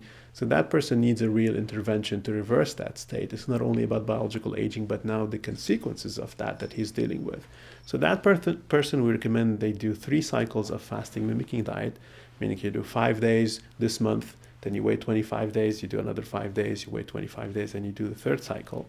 And then you do the blood test again. If that state of metabolic condition is reversed, then you start doing the fasting mimicking diet every 2 or 3 or 4 months. And have you seen situations where it's been reversed? Oh yeah, definitely. We have multiple stories of patients writing to us saying, I used to have insulin resistance or this or that condition, and my physician recommending this diet, and it reversed the condition. It's so exciting to hear this. Tell me a little bit about how someone can get this program and how we go about it. Yeah, so we officially launched the fasting mimicking diet in September of last year, September 2016 in the US, and now it's available in Europe, and soon it's going to be available in Asia as well. We called it Prolon, for prolonging health and longevity, which is health span, which is what we focus on. And Prolon could be accessed either if you're healthy and you're not on serious medication or have a serious condition, you can go to the Prolon website and take a short self-assessment. And then if you're eligible, you can buy the product online. You can buy it for $249 for a box or $225 for 3 boxes if you want to do 3 cycles in a row and reverse the metabolic condition. Otherwise, you can go to your physician, and if you have a condition, if you want to consult with your physician, you can talk to him about Prolon, and he would either prescribe it to you, or if some of the clinics, we have now thousands of clinics carrying Prolon, they can offer it to you in their clinic. That's so fantastic, because so many people are either afraid of fasting, they're afraid of something that they haven't tried before. A lot of women feel that they can't fast because of the hormones, and there's no science out there pointing to that at this point. And so we're depriving ourselves of this unbelievable benefit. And to know that you can go to your doctors and actually have your doctor potentially prescribe it or get it through your doctor's office is a huge opportunity to improve the health span of millions of us. So I was very excited to learn that the giving back part of your company is so prevalent. Can you tell me a little bit about what you do? Yeah, so what we have decided, and we're very fortunate that still a good chunk of our company, close to 60%, is owned by our inventor, who's a very humanistic person, and he decided that all the revenues, all the profits out of the 60% of what we make, so every dollar, 60 cents of it goes back into research and foundations and charities. So we're very, very proud that we have a major social impact selling a product that's changing the life of people, but we're even more proud that we're reinvesting 60% of our profits back into society and back into research for disease with unmet medical needs. How many years did it take to develop this product? The research started at USC some 20 plus years ago, and it started more about understanding aging, and then which leads to understanding how a cell processes the signals of aging or anti-aging, and then led to fasting. And then more recently, some 10, 12 years ago, when we found out that you have to fast for 5 days, but it's not that practical and it's difficult and risky, we then started developing the fasting mimicking diet, which now helps us practically fast while we still, go to work every day and being a mom or a dad and living our daily lives and activities while we are in fasting and while we're eating food. So we're really, really, proud of that achievement today. It's an unbelievable achievement to think of all the years of research, the level of researchers and the work that they've done to be able to have something that someone can take and benefit from is a huge gift. And I'm so happy to have had the opportunity to interview you and learn from you. Thank you very much for hosting me today. Thank you, Dr. Anton. Thanks. What I really like about Dr. Anton, and I met him, Yes. is that you get this sense from this man when he walks in the door that nothing comes out of his mouth that's about him. Not at all. I never got his bona fides. All I got from him was a sense of what they were doing to try to help people, not only help them with what he's produced, but help them understand. Yeah, and to just add a little bit to what you're saying, and I think the audience would want to hear this too. So when you met him, the reason you met him is because I was sitting there with him and he said to me, you know what? I believe that we can really help Montel with his MS. And that was the entire desire that he had to come and sit down and talk with you. You see, what people need to know, and I guess you do know this already or you wouldn't be tuned in right now, I will not put my name or this mouth behind anything. I don't believe that. Yeah. And the fact that we are doing this show together, people at home have to understand that I'm giving you information that we've taken the time to vet through, to validate, to ensure that it's real science. And this is the stuff that's going to help change your life, my life, everyone's life. So again, thank you, follow me. But the thing too, Montel, that I thought was so interesting is here he was coming to share cutting edge research with you to transform your health. Just to help me. Just to help you. And your response was, I can't take it until I can help other MS patients. And now, through those conversations, we're going to figure out a way that I can get involved so that I can sample this, I can be on the regimen myself, and then when I tell you I believe in it, you'll understand I really do. Remarkable. Thank you. Unbelievable. Thank you.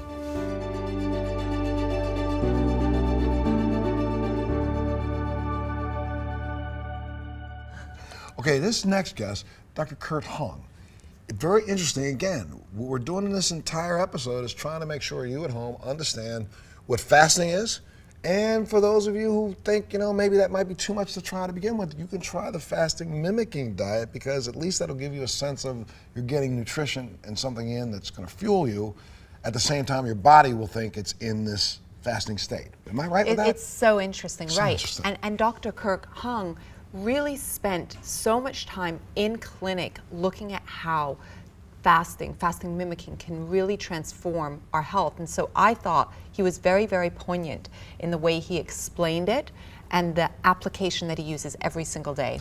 The fact that you've got over 5 doctors even saying something about fasting is, I think, amazing, because if you go back 20 years ago or even 10 years ago, you couldn't probably find 1 or 2 to go on record and say that it did anything really truly valid. So the fact that there's research that's brought this many doctors to the table, that's the reason why you need to take a look at this. Hi, can you tell me your name and a little bit about your background? Yes, my name is Dr. Kurt Hong, and I'm originally from Los Angeles. I'm currently the director of the clinical nutrition program at USC. Excellent. It's so fascinating to sort of, hear what you have to say around nutrition and food, but also around fasting. Can you tell me a little bit more? So I think one thing that's really, really exciting is the consumer's enthusiasm in terms of looking at food as a potential therapy for all sorts of chronic diseases, whether it's simply eating better for diabetes, but I think the one thing that's really exciting is also looking at how food can also impact longevity. And if you look at some of the research that's been done over the past 5 to 10 years, we actually now have clinical human data looking at the impact of fasting, actually not only in terms of living longer, but also cellular and tissue regeneration. So fasting for cellular and tissue regeneration, what amount of time do we have to fast in order to get cellular or tissue regeneration? Interesting enough, whenever we mention that we're fasting, most patients would assume this is something that's very difficult for them to do. Most people don't realize even something as little as the first 3 to 5 days can actually already you see some metabolic benefit, not only at the cellular level, but also even things such as mobilizing the stem cells, which are really critical in terms of not only cancer prevention, but also reversing some of the immunosenescence, or what we call the immune decline process that we see with aging. So, okay, when we're fasting after 3 to 4 days, you're saying that the stem cells are mobilized? What does that mean? So the stem cells are actually plays a critical role in terms of making sure our tissue and our organs function properly. However, if you look at the stem cell population when we're in our 20s that's circulating in our blood, we tend to have a much higher percentage. Once we get into our 50s and 60s, that drops significantly. When somebody goes through a fasting regimen, such as a fast mimicking diet, you can actually remobilize the stem cells, which actually will allow these bone marrow cells to come out of a bone marrow back into the circulation. So it can actually get to the target organ for rejuvenation and repair. So the benefits when you're in your 40s and 50s of fasting can help to really mobilize those amazing little stem cells. Absolutely, and we recently just published a clinical trial paper actually earlier this year showing exactly the benefit of fasting. Something as simple as 5 days per month for 3 consecutive cycles, we saw prolonged benefit even 6 months later after completion of the study. And when you say prolonged benefit 6 months later, if I were to fast for 5 days and I do that 3 months in a row, 6 months later, what kind of benefits are you seeing? So the most obvious benefits, we see metabolic benefits. So at the end of the 3 months, but also at the end of the 6 month cycle, most people have lost significant amount of excess body weight, particularly from their abdominal region. Wow. And the one thing that's also very encouraging is even though they lost a lot of body fat, they actually did not lose any lean muscle, which is also just as important. Okay, that's a new thing, and I just want to stop for a second. So you're saying that after 3 consecutive months of fasting for 5 days each of those months, at the end of 6 months, there's been considerable weight that's been lost sort of in the midsection. Absolutely. But not a loss of lean muscle mass? If anything, based on our clinical trial, there was actually slight gain of lean muscle mass. Is this new research? Because there's so much conflicting information out there that says, if you're fasting, then you're also losing lean muscle. So I think what makes this regimen much different as compared to before is the specific cellular signaling pathways which we're targeting. So even though this particular fasting regimen is actually low in amino acid, low in protein, it's able to maintain the right type of signaling pathways which will allow your muscle to stay in place. Okay, so you're talking about cellular signaling. Correct. Tell us a little bit more about cellular signaling. So part of the reason why we see a lot of metabolic aberrations associated with aging is because there's a deterioration in terms of all the pathways that's goes on in the cell. So what this diet is able to do is almost turning back the clock. You're able to basically allow the signaling pathway to go back to as if you were 20, even though you may be in your 50s and 60s. And remember, this is something that you can just do intermittently. This is not something you have to do all the time. So your cells are signaling in your 40s or 50s after fasting or during fasting like they do when we're in our 20s? Correct. So like I said, it's literally turning back the clock at not only at the cellular level, but if you actually look at basically what happened when we talk to patients who've gone through multiple of these cycles, they feel better, their energy is better. And I think what's also really exciting is not only do they drop the weight, if you look at their metabolic profiles, their cholesterol numbers, their blood pressure, and also look at their inflammation levels, they all were significantly reduced. So many people are afraid to fast. Yes. And scared of potential dangers, as one might say. And what would you say to those people? Definitely fasting is not for everyone, but I think for the majority of patients, particularly those who are considered to be a higher metabolic risk, it is something that's actually very doable. Unfortunately, there are a lot of basically myth out there in terms of what goes into fasting. So we definitely want to educate the consumer in terms of what's the proper way to fast. For instance, even though you may be fasting, we still want to make sure that the patients are able to hydrate themselves properly. If they run into any problems, make sure that there's a healthcare provider they can reach out to easily. But you'll be surprised, a lot of my patients where they question themselves whether or not this is something they can do. They've been very successful. And even for our clinical trial, we had a compliance rate of close to 80%. Wow, that's wonderful. So the clinical trial took place over 3 consecutive months, or? Over 3 consecutive months, but what we also did is we decided to look at what happened when they go back to their regular diet to see whether or not they still maintain that metabolic benefit even 6 months later. And we still saw some of those benefits, even just after 3 cycles. What do you think are some of the biggest things that we're doing to damage our health from a nutritional perspective in today's climate? Well, I think if you look at how our body is wired, looking at how basically our body basically processes nutrition 10, 15,000 years ago, we will go through periods of fasting where our body will then have to develop the resistance to that stress. The unfortunate things in our society today is not an issue basically of undernutrition, it's overnutrition. It's a lot of the processed food. It's a lot of the overconsumption of the wrong type of carbs. So think of this as almost a way for your body to get a chance to reset. And the analogy sometimes I would tell a patient is, if you keep your car engine on all the time, it's a matter of time before your car engine burns on. What you need to do, you need to turn it off, let it a chance to rest, and then when you turn it back on, it actually will work well.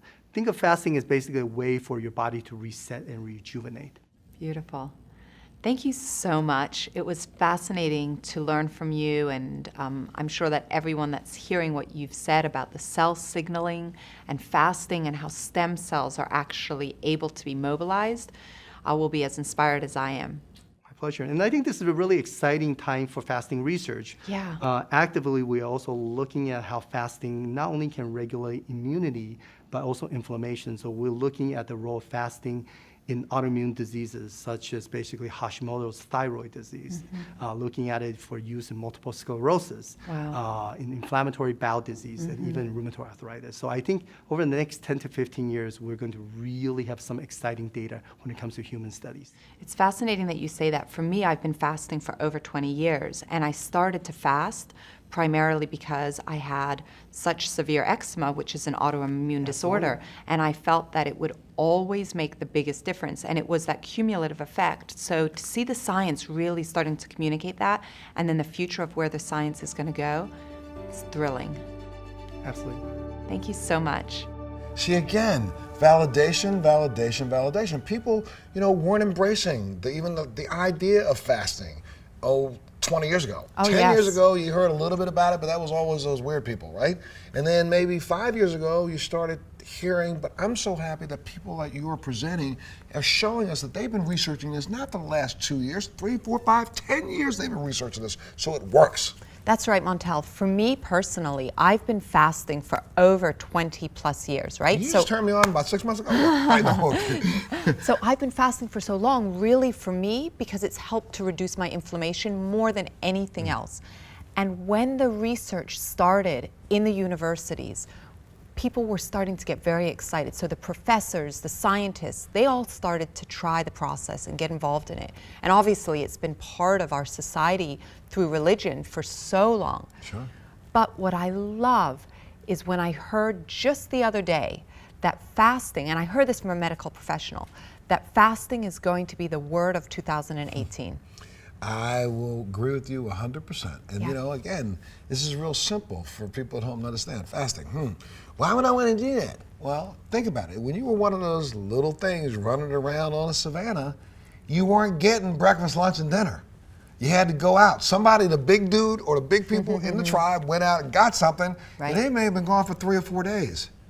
So why, I think when you look back at some of the fossils and some of the, the remains that we found from 2,000, 3,000 years ago, the reason why we don't see as many cancers and things in those bones is because they probably had a diet that was really ketogenic across the board. Eating a lot of fat, fasting on a regular basis, and only really eating what you need.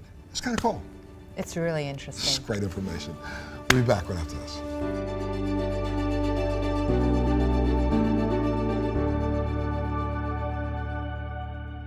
Our next guest is really interesting because he is a partner with Dr. Anton, and his name is Dr. Walter Longo, right? That's correct. Talk to me about it. He is a world-renowned expert on fasting. In fact, he is the director of the Longevity Institute at USC, and he has discovered so many pathways around health and disease prevention.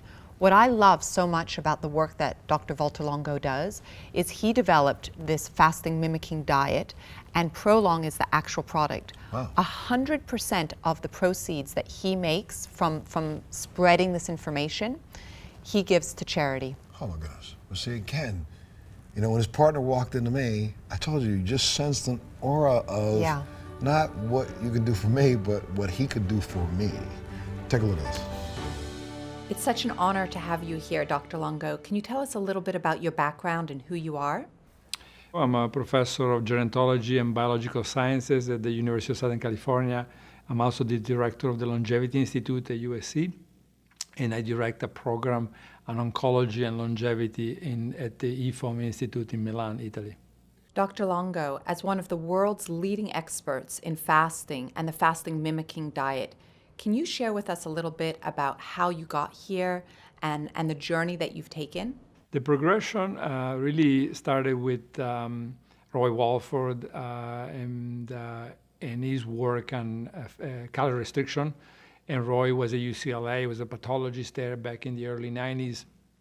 And I first joined his lab and started working on calorie restriction in mice. And at the time, he was in a place called Biosphere 2, carrying out the first ever human clinical trial on calorie restriction with 8 people.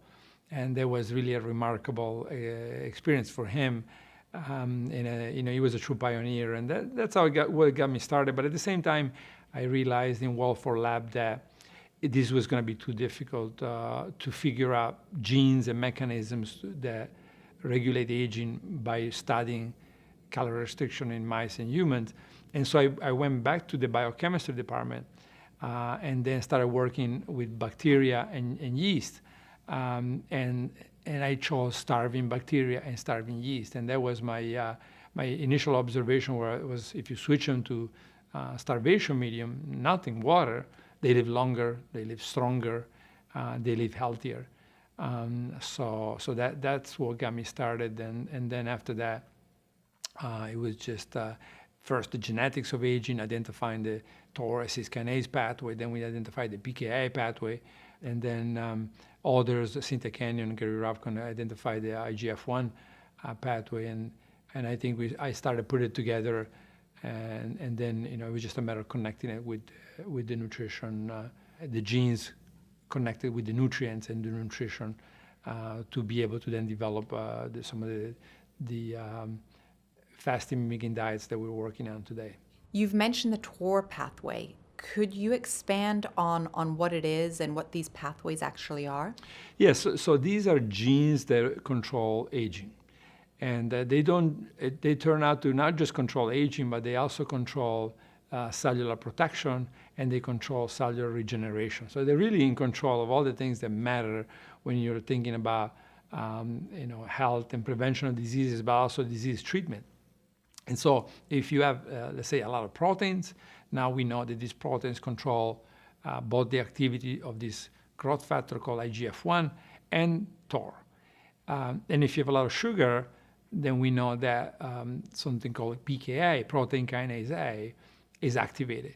And together they push the cell to perform, grow, but at the same time they push the cell to age more rapidly, and they block regeneration. And so this could present some of these counterintuitive issues, which is people think if I eat a lot of proteins, I must regenerate or generate better. And in fact, it may be that it looks like you can actually block the stem cells that can give rise to regeneration in multiple systems by having a lot of proteins and a lot of TOR activity and a lot of IGF-1 activity. So can you share with us a little bit about evolution and how starvation would compare to a diet that, let's say, would mimic the starvation? Yes, I mean, starvation is a technical term. I know that in the common language it sounds like a bad word, but in science is not a bad word. All organisms starve in a positive way, if you will, and this is part of the normal cycles. And most organisms are exposed to no food conditions for long periods. In fact, most bacteria and small organisms are mostly in a starvation period, and once in a while they get food. So obviously, humans are no exception, or at least we're no exception. And so it was very common for people to undergo long periods of very little food or no food. And eventually that went away, and now we eat all the time, and people are worried about just staying a few hours without food. And so these starvation periods are still positive, but the starvation period in a modern society are also very dangerous. And from this came the fasting mimicking diet, which has the job of matching and even surpassing water-only fasting when you're looking at effects of fasting, but then preventing the great majority of the side effects and also the burden, right? It's extremely difficult to get people to do water-only fasting. We learned the hard way this when we did clinical trials on cancer patients. The oncologist had a problem with it, the patients had a problem with it. And so I would say that around the world there's very few people that could do water-only fasting in a safe way and actually do it more than a couple of times in their lives. So the fasting mimicking diet instead, depending on the use, it has a calorie intake, a reasonable calorie intake, let's say between 750 and 1100 calories, keeps the patients busy. Also was important when we developed the fasting mimicking diet to have some treats in there, to have some component that made it reasonable for people to go back to. And I think, we now see the results of that, and we see people doing it without, it's not like their choice, their preferred choice of food, but they certainly can do it, and they don't struggle too much on it. Why is it that your body acts as if it's starving when you're actually taking calories in? So this goes back to the molecular biology and the genetics of aging and regeneration and protection.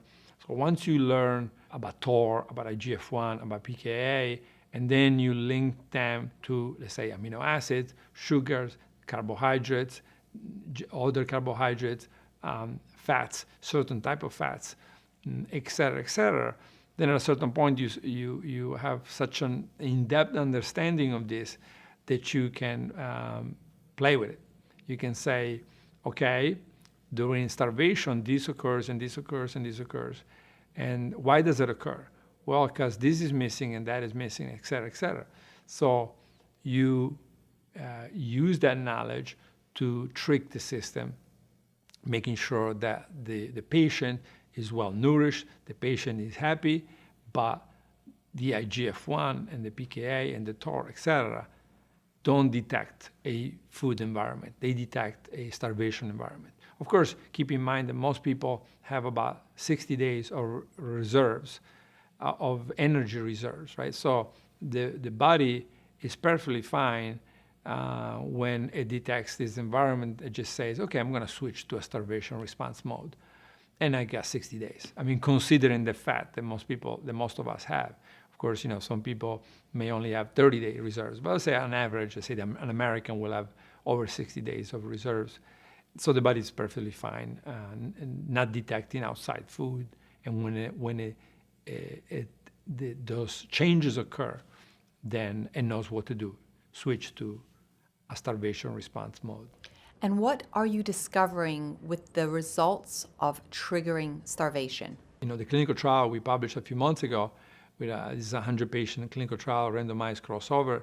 And in the clinical trial, we showed that people that did 3 cycles of this 5-day prolonged fasting mimicking diet, they had a variety of effects in reduction of cholesterol, reduction of triglyceride, reduction of fasting glucose, reduction of systolic and diastolic blood pressure, CRP, C-reactive protein, marker of systemic inflammation, IGF-1, a potential risk factor for cancer associated with many different types of cancer.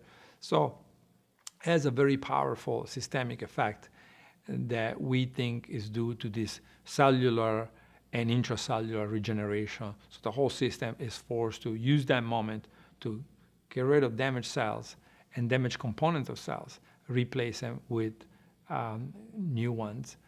And so, for example, and this is, I think, one of the most remarkable things, if you look at calorie restriction, the muscle will decrease in most diets, right? In the great majority of diets, you'll have a decrease in muscle mass, you'll have a decrease in fat, and you'll have a decrease in water.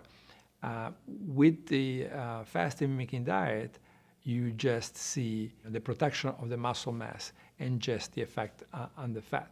So you've talked about 5-day and 7-day fasting. Have you found the optimal time for the fasting mimicking diet? I mean, optimal time depends. The fasting mimicking diet is, I think, a need-based diet, meaning like if theoretically there was a perfect human being, they wouldn't need to do it. So if you're 18 and somehow you have the perfect diet, the perfect exercise regimen, you may not need to do it. Now you may need to do it when you're 40, but not when you're 18.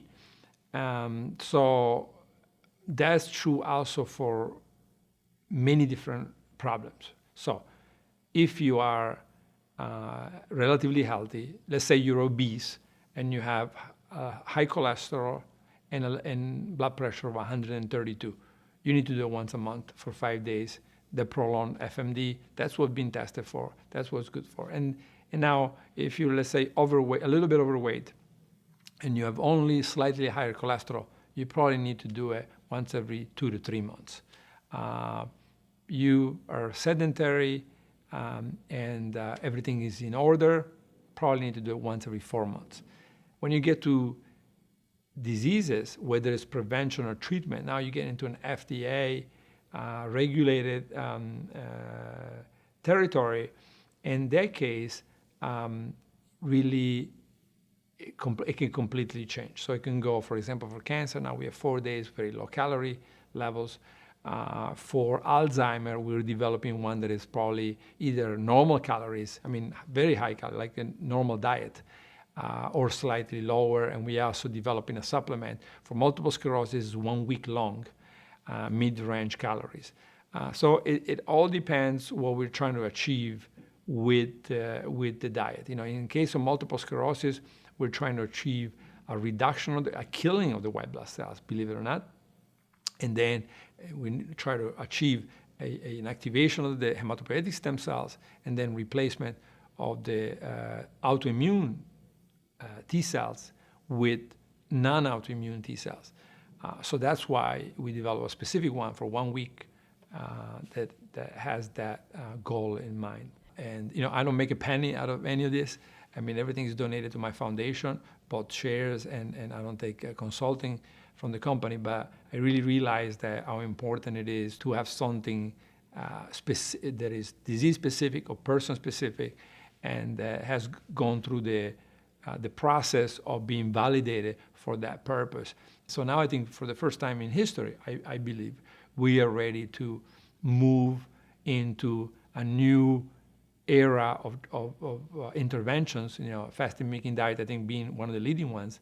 And we'll see what else everybody else comes up with. But you know, to be next to medicine, to drugs, and other interventions that doctors commonly prescribe. I mean, I think soon enough that a lot of these ideas are going to be obsolete or certainly incomplete.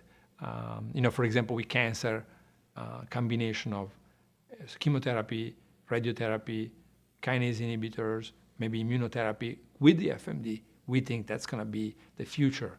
There are, you know, at least 3 early clinical trials, smaller ones, but there are several more that will be completed or published in the next 6 months to a year.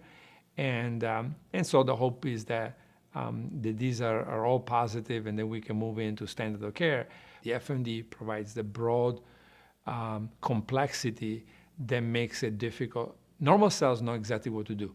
Cancer cells, if you just give them chemo or even immunotherapy or kinase inhibitor, you're going to get some of it. So some of the patients are going to do great. Some of them may even be cured, but a lot of them don't, and a lot of them become resistant. What the FMD provides, I think, is together, they make it very, very difficult for any cancer cells to survive. This is why we see you use the, let's say, chemotherapy alone, nothing happens to, you don't cure a single mouse. You use the FMD alone, you don't cure mice. They work about the same, believe it or not. I mean, the FMD works as well as chemo in mice. You combine it, you start to see 20, 30, 40, 50, 60% cancer-free survival. So mice are cured now. That means that even human cancers in mice. So it means there's very powerful a combination to go after the survival of rebel cells. You know, cancer cells are stupid cells, and we treat it as smart cells. And this is why cancer patients are told to eat as much as they want. You know, but there's stupid cells that have evolved in patients that eat as much as they want. And so that the only thing they understand is a lot of food. That's perfect. That's a perfect environment for cancer. Now, if you put them in a starvation mode, they can still get around it, you know. If you put on the FMD only, it does good, but they can still figure it out. Now, you combine that with the chemo, the radio, et cetera, that becomes very powerful. So, would you talk a little bit about autophagy's role in this as well? Yeah, so autophagy, of course, it's one of the most powerful ways probably the most powerful way to activate autophagy is by fasting or fasting mimicking diet. And so we're doing a lot of work on that. And you know, we suspect that it's going to play important role in the beneficial effects, in the rejuvenating effects that fasting mimicking diets have. Clearly, we've shown that, you know, stem cell, the killing of damaged cells and the stem cell activation, that's very positive. We could demonstrate that. Autophagy, you know, we're doing it right now with multiple systems, and we'll see how important is it for the, let's say, effects on a particular pathology or on longevity. That's a little bit trickier to demonstrate. Expand for us on what autophagy actually is. Autophagy is the process by which cells basically eats its own components. And it does so for two reasons. One, to obtain energy, and two, to consume less energy. So now I always use the analogy of a train, steam train that uses wood burning steam train, and is running out of fuel, and it goes and takes the ruined seats and walls that are made of wood, and it uses them and it burns them for fuel, right? Then you get to the next train station, and you use new wood to rebuild the seats and the chairs and the walls that you took down when you were running out of fuel. Right? So now you made it to the train station, and you have new seats. That's the idea of autophagy. It's also the idea of stem cell-based regeneration. So in both cases, you're trying to achieve the same thing. You get rid of dead weight, and you turn on these embryonic or autophagy programs to go to a renewed state. So in your book, you're walking people through all of this? Yeah. So, you know, the book, The Longevity Diet, came out on January 2nd, 2018. And in the book, I take the reader through the process from the beginning, what were we thinking. I also made it a little bit of a personal story just to show people, you know, my process to go from, you know, biochemistry all the way to the development of fasting mimicking diet, and now we use it for many, many different diseases, and now soon enough we're going to have over 20 clinical trials running, and you know, and even if a small portion of those work, I think more than a small portion will work, but even if a small portion will work, this will have a tremendous impact on medicine. So when we spent time with Dr. Joseph Anton, he shared with us that he felt his life being dedicated to the work that you're doing would have the largest impact on the largest number of people. And that was fascinating. Can you share with us how you feel this work can impact people's lives? So a few years ago, we organized a conference in Italy, and we invited some of the officers from the European funding agencies. They came down, and they said, our big goal in the next 20 years is to reduce diseases by 2%. And all of us, it was an aging group, and we look around the room, and we all thought, 2%? We now have monkeys. In fact, in our case, we have people that have a genetic mutation. We have mice and people with the same genetic mutation that they almost never develop either diabetes or cancer. In 50 years, we've seen one cancer case. And now we know we can do, maybe not as powerful, we're not saying we're gonna, in this case it's 0 and 2 cases of diabetes out of 350 people. So extremely low diabetes and cancer. And the relatives living in the same houses, they get diabetes and cancer like everybody else, right? So the mutation is controlling diseases. Very clear, especially because we also see it in mice. So let's say that we're never gonna, or not never, but we're not gonna be anytime soon that powerful. But we're thinking we could probably do 50% lower, right? No problem, right? And very ambitious, but very reasonable when you have people that you've been following for 20 years that are already past that point. And when you have monkeys where you can go from 60% diabetes incidence in the control diet to 0 on a calorie-restricted diet, and you can reduce cardiovascular disease and cancer by 50% already in monkeys that have been followed for 30 years, right? If you ask my colleagues, a lot of them will say, you put calorie restriction in a box.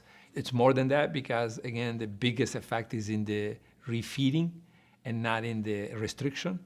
But that's how powerful it is. Powerful enough to really have a realistic possibility of cutting disease, the major diseases that people get, at least in old age, or starting in middle age, not old age, in half. That's the potential that this has, particularly if combined with certain other everyday diet. But also without it, I think has tremendous potential alone. If somebody just say, I'm just gonna do these 5 days every few months and nothing else, that alone could have a tremendous effect on risk factors. And of course, the expectation is that this is going to translate in a tremendous effect on them getting the diseases and them also functioning better, younger than they would if they just stay on their normal diet with no FMD. So we've mentioned refeeding a couple of times here. Can you speak to us about the actual mechanics of it? Yes, so the refeeding is where you do the rebuilding, right? The train gets to the station, now everything is broken down. You got there, but now you have to rebuild. And if you don't have the rebuilding part, you have a problem. And that's a problem with calorie restriction, right? You broke everything down. You might even have activated stem cells, but they're just sitting there. And now you have somebody that is anorexic or close to anorexia, and with no rebuilding, right? And of course, that's a trick, right? And so the calorie restriction provided the first half of the trick. And now I think we just discovered the second most important part. You got to rebuild. And what happens, of course, in the rebuilding, you have to have enough proteins. You have to have enough fats, essential fats. You have to have the sugars. You have to have everything, the minerals, the vitamins, everything so that you can rebuild. And of course, with the prolonged FMD, there is also instruction on what the diet. There is a transition diet just to give time for the system, the gut especially, to readjust to the food. You don't want to, it's dangerous to eat a steak after 5 days of the FMD. But within a couple of days, you can go back to your normal diet. Again, the book talks about the ideal diet, but it also understands that a lot of people are not going to change their diet. This is just a reality. And so I always say the FMD works best on people that have the worst possible diet, and it works less on somebody that already has a perfect exercise and dietary habit. Dr. Longo, thank you so much for taking the time to sit down with us to share your insights and your perspective. The work that you're doing in the world today is so remarkable and so helpful. I am thrilled and honored to be able to spend this time with you, and I hope that everybody that's had the opportunity to listen to this interview incorporates some of the strategies and methodologies that you've shared with us. Okay, thank you very much. Again, what I love about the experts that we have is that these are all people who are steeped in just research. They're published, like Dr. Longo, right?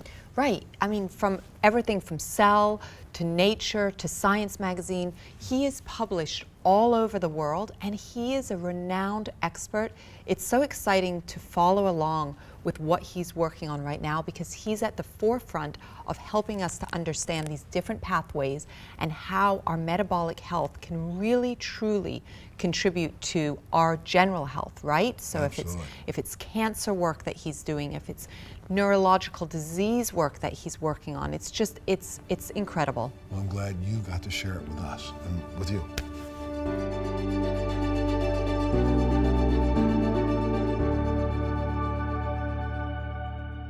You know, what's so good about the series is that this is a 9-part series, so we are truthfully today on Hump Day.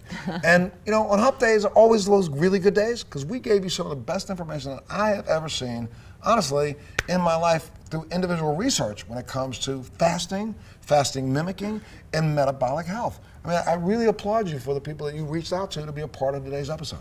Oh, Montel, you know, for me, it's like a dream come true to be able to sit down with these experts and have the opportunity to learn from them, to get those little bits, those little nuggets of how we can all learn to transform our own health. It's that concept that you own so carefully, which is I am health. Absolutely, you know, and in that, we get to own the definition of who we are with our own health, as long as we have the tools to support that. And we're giving them to you right here. So again, if you have really enjoyed watching this today, come on, you know what you got to do. Right on the screen below me right now, there's some buttons that you can push onto. That one, you can share this with a friend. Two, you can right now go ahead and place a pre-order so that when the series is over, you can include this series as part of your library at home. And that's really what we want you to do, because what good is knowledge if you hear it once and it goes out the ear? I want you to put the series on and play it over and over and over again. And one more. I'm sorry, shameless little plug here, but I last week had a conversation with a close friend about the fact that, you know, how do you say it to somebody, especially in today's climate?